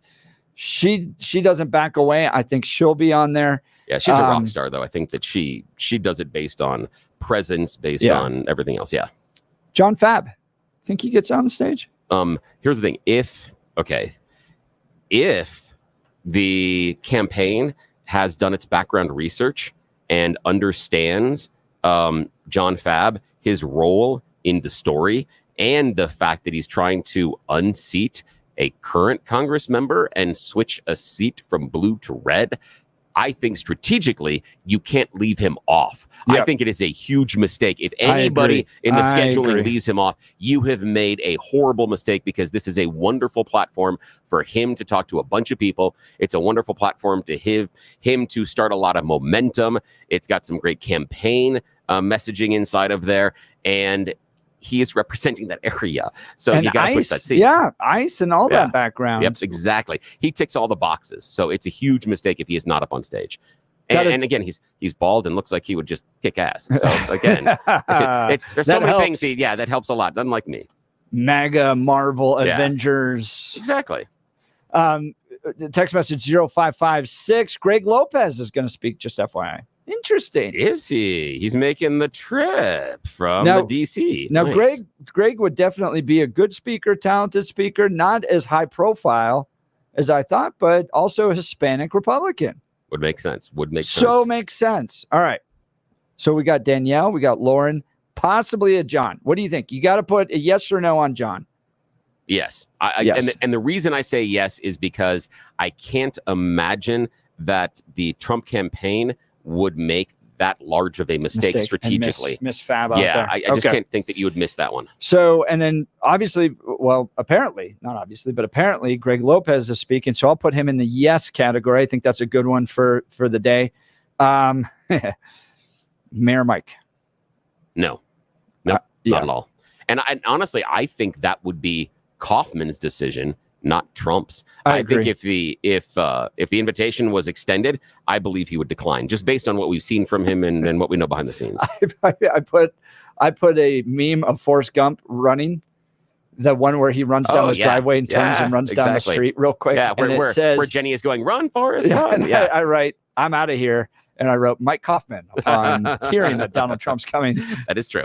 And I think it's a mistake for Mike, but I understand that wing of the Republican Party. There's a wing that is not a fan of Donald Trump. I get it. I disagree with it. He's the top of the ticket. You stand with the guy. Showing cracks in our movement I think doesn't help. You don't see this with Kamala Harris. People going, well, she's totally unqualified. I'm a Democrat, but she's totally unqualified, and I'm not going to stand with her. You just don't see it. They lump together. They work together. They always stand as a unified front. And I wish Republicans would do that as well. But I'm just a former coalitions director. And what do you know? Bringing people together and stuff. How do you possibly have an expertise in this matter? All right. Let's go with the next one. Cory Gardner. Oh, I would say no. No way. And the only reason is relevancy. 200 miles away from this thing. Yeah, and the other part is relevancy. Yep. I mean, he lost his seat to Hickenlooper. And the only thing, and that's the problem, is, okay, this is kind of going a little bit afield, but we talked about the debates. And the debates normally are boiled down to one takeaway moment. And that is how your political career is often defined, based on one or two sentences. Once you leave office, everybody remembers you based on this construct. And unfortunately, I believe part of Cory's message or part of Cory's story is losing to Hickenlooper in in my opinion, one of the worst run political campaigns this state has seen in a couple of years. Easily, a couple of election cycles. Hicks run? But Cory was so weak against Hick. That's what I think that rather than Hick winning, I feel Cory lost based on how he used his campaign resources and the messages that he used. I think he lost it rather than Hickenlooper winning that one. So likely no Gabe or Cory Gardner. Now I want to get to the big ones that are running for Congress. Gabe Evans. He's in a 50-50 district. I think we see Gabe on stage, maybe not speaking, but I think we see Gabe on stage. What do you think? Oh, I think they should put Gabe on stage. And for me, I think that anybody that is a Republican and running for a national seat should be there. I agree with because that. Because the idea is in professional wrestling, you call it giving him the rub, which sounds a little weird. But the idea is that because of my star power, when you appear next to me and you work with me and we do things together, I have that rubs off on you. So it elevates your standing in the public based on my working with you. Well, I think you'll see Gabe there. I don't think you'll see Jeff Hurd or Jeff Crank on the stage. I don't think so either. And Hurd won't come on this station. Yeah. Which is weird. This is going to be either they check the box and they get Hurd in as a Republican, and we go back to the Scott Tipton years. I ran the Western Conservative Summit. Tipton, a congressman in Colorado, never spoke at it. Yeah, it's weird. They just disappear into kind of like constituent work. They're not movement conservatives. They're not out there fighting. You don't see Jeff Hurd taking on the radical left. He just is better than having a Democrat there, basically. Yeah. And the other part I think may play into it is we know that the Colorado GOP is well connected with the Trump campaign, and there may be some conversations of who are the best people to put on the stage, who are the best people. And I think that given some of the problems between the GOP party, that's why you might not see Crank up there. Yeah, Hurd and Crank. And I think that's part of it, is that when you talk about the best list, I think the best isn't going to include that name, those names just coming from the state party. And again, the state party can make whatever choices they want, and that could be the evaluation of Dave Williams. I go back to the days when we had the entire delegation up on stage, when the major presidential candidate, we were united in the R brand, and we were getting behind Republicans. Think about this. How effective would it be if you had just a shot that you could use in campaigns where you had Donald Trump at the center of the stage and the Republicans flanking him on either side? Right. And that is a standard shot that all the candidates can use. Right. Yeah. That would be really powerful. We've It'd be got really all these helpful. cracks and divisions in our movement. Yeah. All right. Well, then Dave Williams. Ooh, I would say yes. I think so too. Yeah, I'm going to put him down as a yes. Because of it would seem to me that if this is the only visit and we're focusing on issues here in Colorado and we're focusing on the Venezuelan gang, the migrant issue, it would be weird to not have the head of the party up there talking. The thing for me is, who else but him? Who takes his slot? It's the idea of making the wedding list, who you're going to invite to go to the reception. Right. You got to go, well, do we really invite your best friend from college, or who else takes that slot at the table? So who takes that slot? If not, I can't think of anybody else that should take a slot away from Dave Williams right now. I think he's earned that slot and should be there. All right, let's go to celebrities. Ooh. Any celebrities you think? I've got one that I think will be there. Gosh, here's the thing: it would have to be a Colorado celebrity, not something that is national. Right.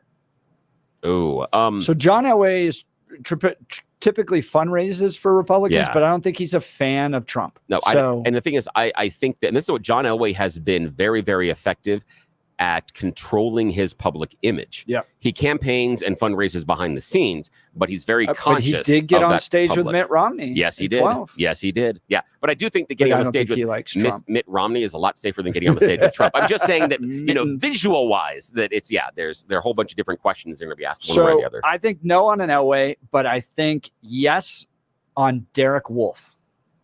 Oh, now that's interesting. Yeah. That's Because Derek interesting. is becoming pretty vocal these days, especially on X. He was fighting back and forth with Kyle Clark the other day. Yeah. He's a hunter. He's well known in Colorado, well respected. He's becoming more bold. Yeah. He's not all the way out there being, in the fight for the conservative movement, but he's become very friendly to them. And you bring in a dude that just looks amazing. Have you seen him former recently? Broncos. Oh, not recently, but I don't He's stalk got him the like you do cool on social hair. media. He's big. I mean, looks good. Got the cool haircut. Broncos. Yeah, And he the killed a Broncos mountain connection. lion. Yeah, the Broncos connection, the mountain lion, and if they wrap, and again, why he's not the spokesperson for the mountain lion, I don't know. But if they wrap that in, I think because he's a Bronco, that makes a heck of a lot of sense. And I like Derek Wolfe a lot. There are some things we disagree on, but I love his personality because, he's fun. Like me, he's not afraid of conflict, and he will go right at you. And I appreciate the hell out of that. In fact, I miss him on local radio. I loved his voice and what he was able to do and how he approached things. There are times like, you are just as grouchy as I am sometimes. I felt the kindred spirit, even though that, we didn't always agree on stuff. That would be smart. I hadn't thought about him, but and again, it takes the Bronco thing. Because in professional wrestling, there's a thing called cheap pops.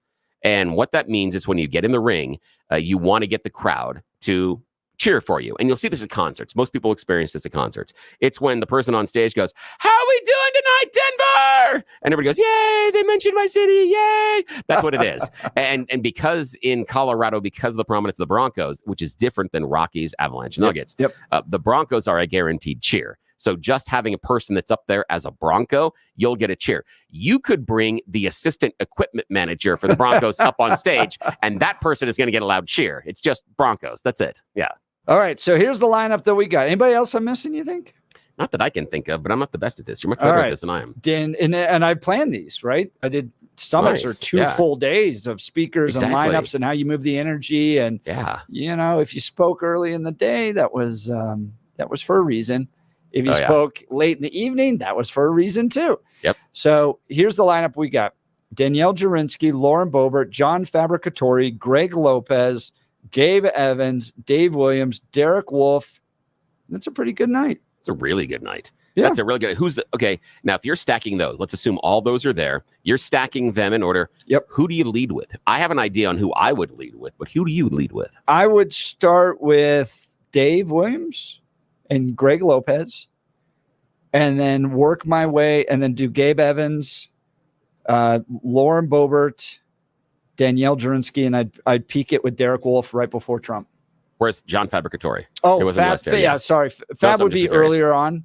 I would build with the girls. Yeah. So Lauren Boebert's going to fire you up, and then give the stage to Danielle Jurinsky, who has earned it. Right. And the energy behind her is going to be huge at that point. And then cap it off with Derek Wolfe.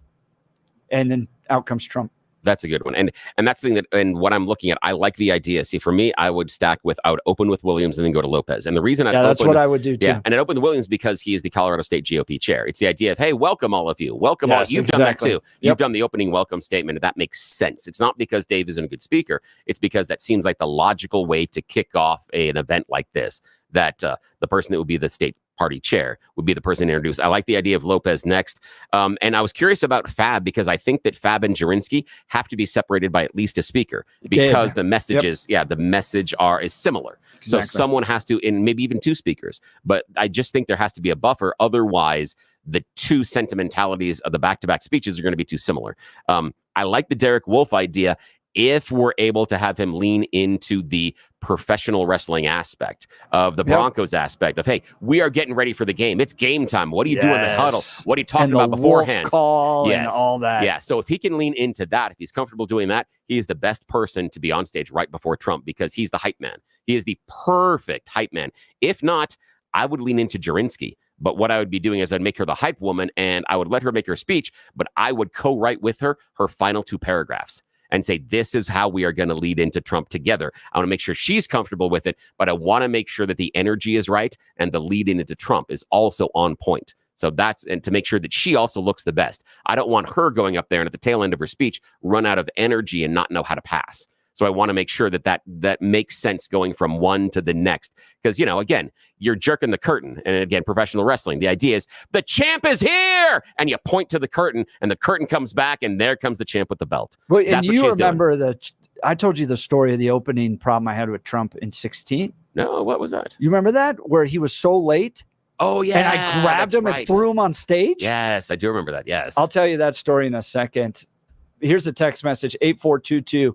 It would never happen, but if Peyton Manning showed up, there would honestly be a game changer for the state. That would be. It would be a game changer for the state, but there's no way Peyton's doing it. No, you're right. No, he won't, because as soon as he does that, he's going to get people throwing stuff at him during his ESPN game call stuff. Yeah. And that guy is about as pure of a brand as you can get. Yeah, he is. He's done a great job. We'll get to your calls, and I'll tell you about the time that I grabbed Donald Trump's arm and forcefully escort him onto the stage because he was missing his cue. So understand that Jeff forcefully makes Trump do something he wasn't necessarily prepared to do. This is going to be a fun conversation. Yeah, you're listening to the Jeff and Bill Show. Denver's talk leader, News Talk 710 KNUS. At this hour, I'm Christina Wyo in Dallas, and here are your top stories. The Florida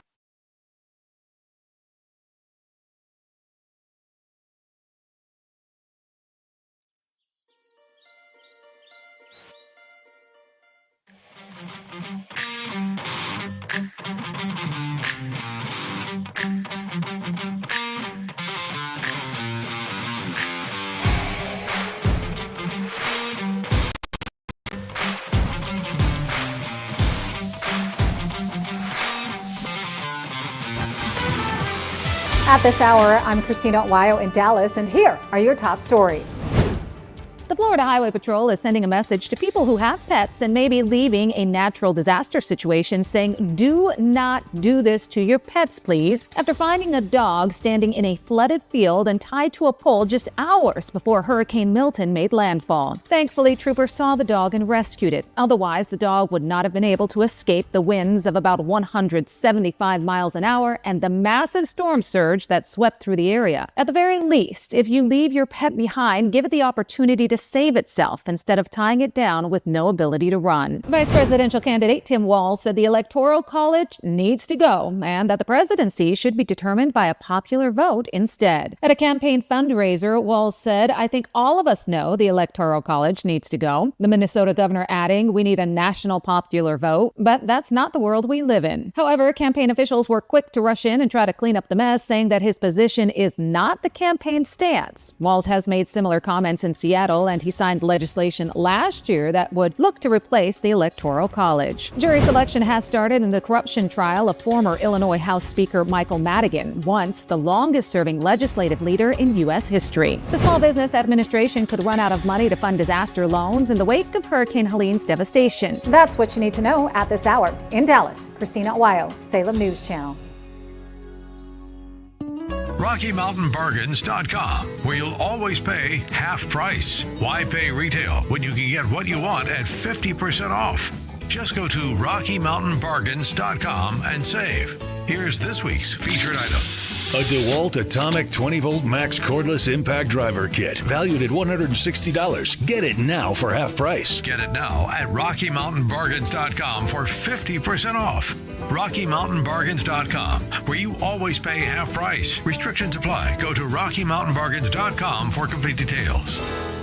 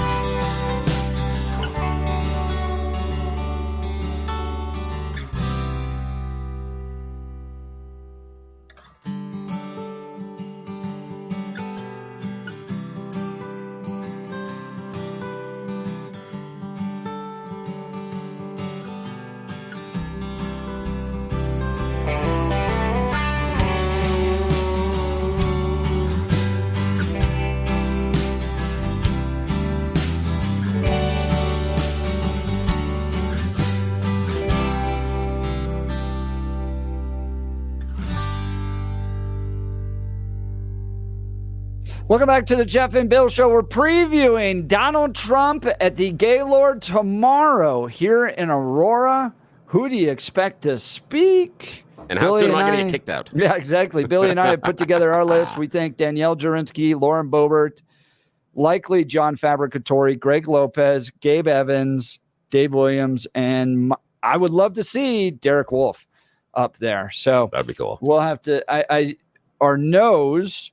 Mayor Mike Kaufman, Cory Gardner, Jeff Hurd, Jeff Crank, John Elway, Peyton Manning. Yeah, no, no not there. Peyton No, Manning. no. But tell us who you'd like to see. And so in the run-up, so I hosted Trump in 2016, and a huge operation, right? We had all these protesters there, so we had to bus everybody to we had them meet at a hotel, bus them to a secret entrance. They had to all go through security. We had to deal with the press. We had 200 media outlets covering it on risers with cameras and all that. And this was my very first Western conservative summit. It was it was a steep learning curve. So that morning, we get word from his people. He's taking off. He's on his way. He's going to be on time. Great. Fantastic. Right? Side note. Of the politicians that you have dealt with in the course of your lifetime and also dealing with Western Conservative Summit, what percentage are on time? I will tell you, Donald Trump was the latest by far. You're the best. Far. You are the best. This is why we're friends. That was such a good tactical answer. And so we hear he's on his way, and here's how I had planned it. Yeah. So a little bit of history. Donald Trump did not win the Republican nomination from the Colorado delegation at our state party convention. They walked out on him. And Ted Cruz won. Yeah. And somebody from the state party texted or tweeted from the state party account, "We did it, #NeverTrump." Yeah. So it looked like the Colorado Republican Party officially worked to prevent Donald Trump from winning the delegates from the state party. That's a whole nother side story about that, because I used to run social media for Colorado Republican Party. But that was not me. In fact, they could never really learn who did it. They did it from an iPhone. Intern. And no one had changed the password for the Twitter access in like 15 years or something. So they had no idea who did it. But somebody from an iPhone did it. And you remember they were going to sue, and they sued Twitter to try to figure it out. Never were able to prove it. But anyways, that was the history. The history was Colorado did not support Donald Trump. And I had the first time he had come here since all that. So that was part of my planning. So here was the lineup. That morning, we were going to start with Sarah Palin. Awesome. Right? Yeah. Get the crowd going. Yep. We found Clarice Navarro to introduce Sarah Palin. Then Sarah Palin was going to lead into the chairman of the Colorado Republican Party, Steve House, because now it was time to mend fences. Yeah. I wanted the picture for the conservative movement of Steve House shaking hands with Donald Trump. Yeah. Saying we're friends. We're friends. Right? Movement is together. I can say good things about him. Here he is. Yeah, exactly. Yep. Okay. So we start with Sarah Palin, right? Yeah. Kick it off. Lots of energy. We hear he's landed at Centennial, all that. Yeah. And Palin's a strong speaker. And Palin's a strong speaker. So we're having not fun. The best orator, but strong speaker. Yes. I get the crowd going on faith, family, freedom. I go, one side faith, one side family, the other sid freedom. And we're having all that fun. And then it comes to a crashing halt. By the way, we had gotten there. People had to get there at like 5 a.m. To go through security. They've been there all day. It's been a long morning already. And then Trump doesn't show up. And we have all the protesters outside. It's crazy. He doesn't show up for 2 hours. So we had kicked off the whole thing. Oh, geez. And then just stopped. Oh, no. So and it's hard to reshuffle speakers at that point, right? Because you don't have them. It doesn't make sense to go later in the if you have people after. Oh wow! So we come to us all, and I'm just like, we have this quartet that we just keep sending up. Oh geez, to sing over and over again, and they've actually run out of songs at this point. So they're on video going, Have you guys heard of that song? Yeah, I think I've heard of that song. You guys want to sing that song? Like on stage. Oh my gosh. They're singing that way. Oh, We're just wow. playing random PragerU videos to try to keep people from not leaving, that type of thing. Keep the attention. But it stalls out. Okay. Oh no. Then finally I get word that he's on premise and he's done taking pictures with the VIPs. He's going to come down an elevator and walk across the hall. All right. Okay. So Steve House has a 10-minute speech. Okay, good. And then we've created this video.